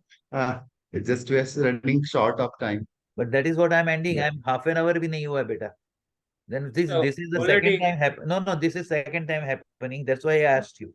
8:15, sir. Already it is 8:15. I saw that only half an hour is there. Yeah. And I started at 8:15 exactly. Because I prepare, I come down at 6 o'clock, and a lot of things goes away. You tell me. I can switch off right now. Yes, sir. Just try to complete it within 4 minutes. No problem, sir. So we can see, take care of your prescription. Medical negligence is you should keep it in the mind. Sunset focus will help you out. So instead of that exercise in India, never force your personal, religious, or political or moral values on the patient. If your presentation, public talk, newspaper interview, avoid religious and public comments. Never things which are told to you confidentially to the spouse, family member, or referring authorities. These are don'ts. And now do's. Be a member of local, national, and international sexology organization or medical organization. Attend annual conferences. Dress differently.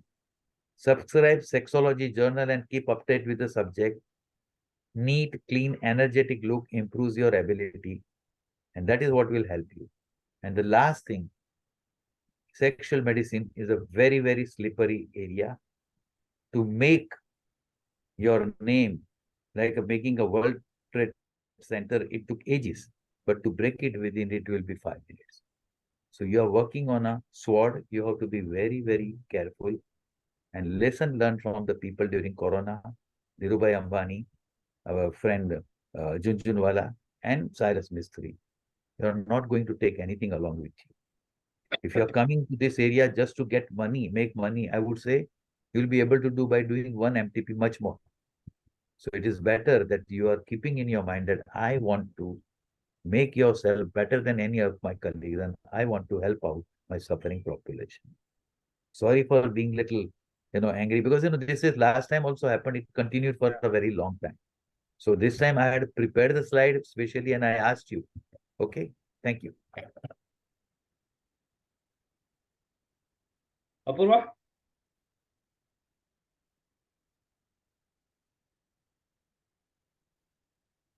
Yes, madam. Yes. Thank you, sir.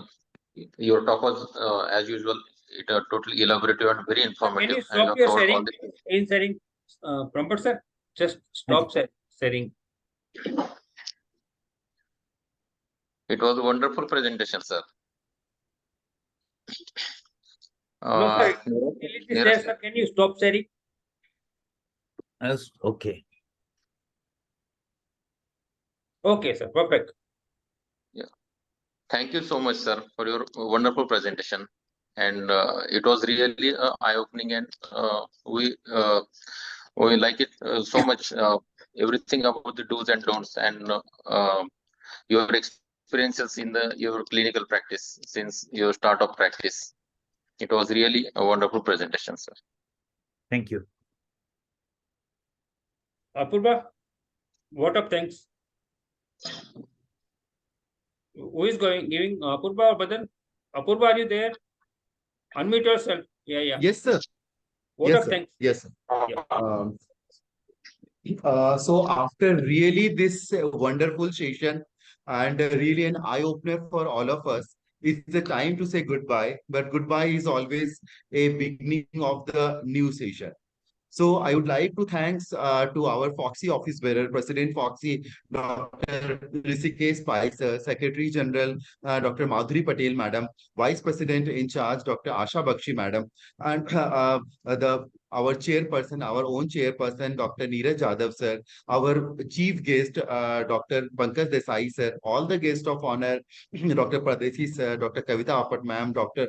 Aswat, sir, and the person of today, our two wonderful speaker, Dr. Pandey sir and Raj Brahmabhat sir, the doyen of sexual medicine in India. So thank you so much to all of you. Thank you to the ICUG chairperson, Dr. Lakshmi Srikande madam, and the Secretary General of the ICUG, Dr. Ashok Kumar sir, for grant us the ICUG credit points. Thank you to all the viewers which are watching and still glued to their screening for this wonderful session and making this session a very successful one. So thank you so much to all of you. And thank you to our media associate partner Medisage, who are also telecasting this whole series on their app and through their channel, Medisage people. Okay. So thank you and good night, everyone. Thank you so much. Yeah.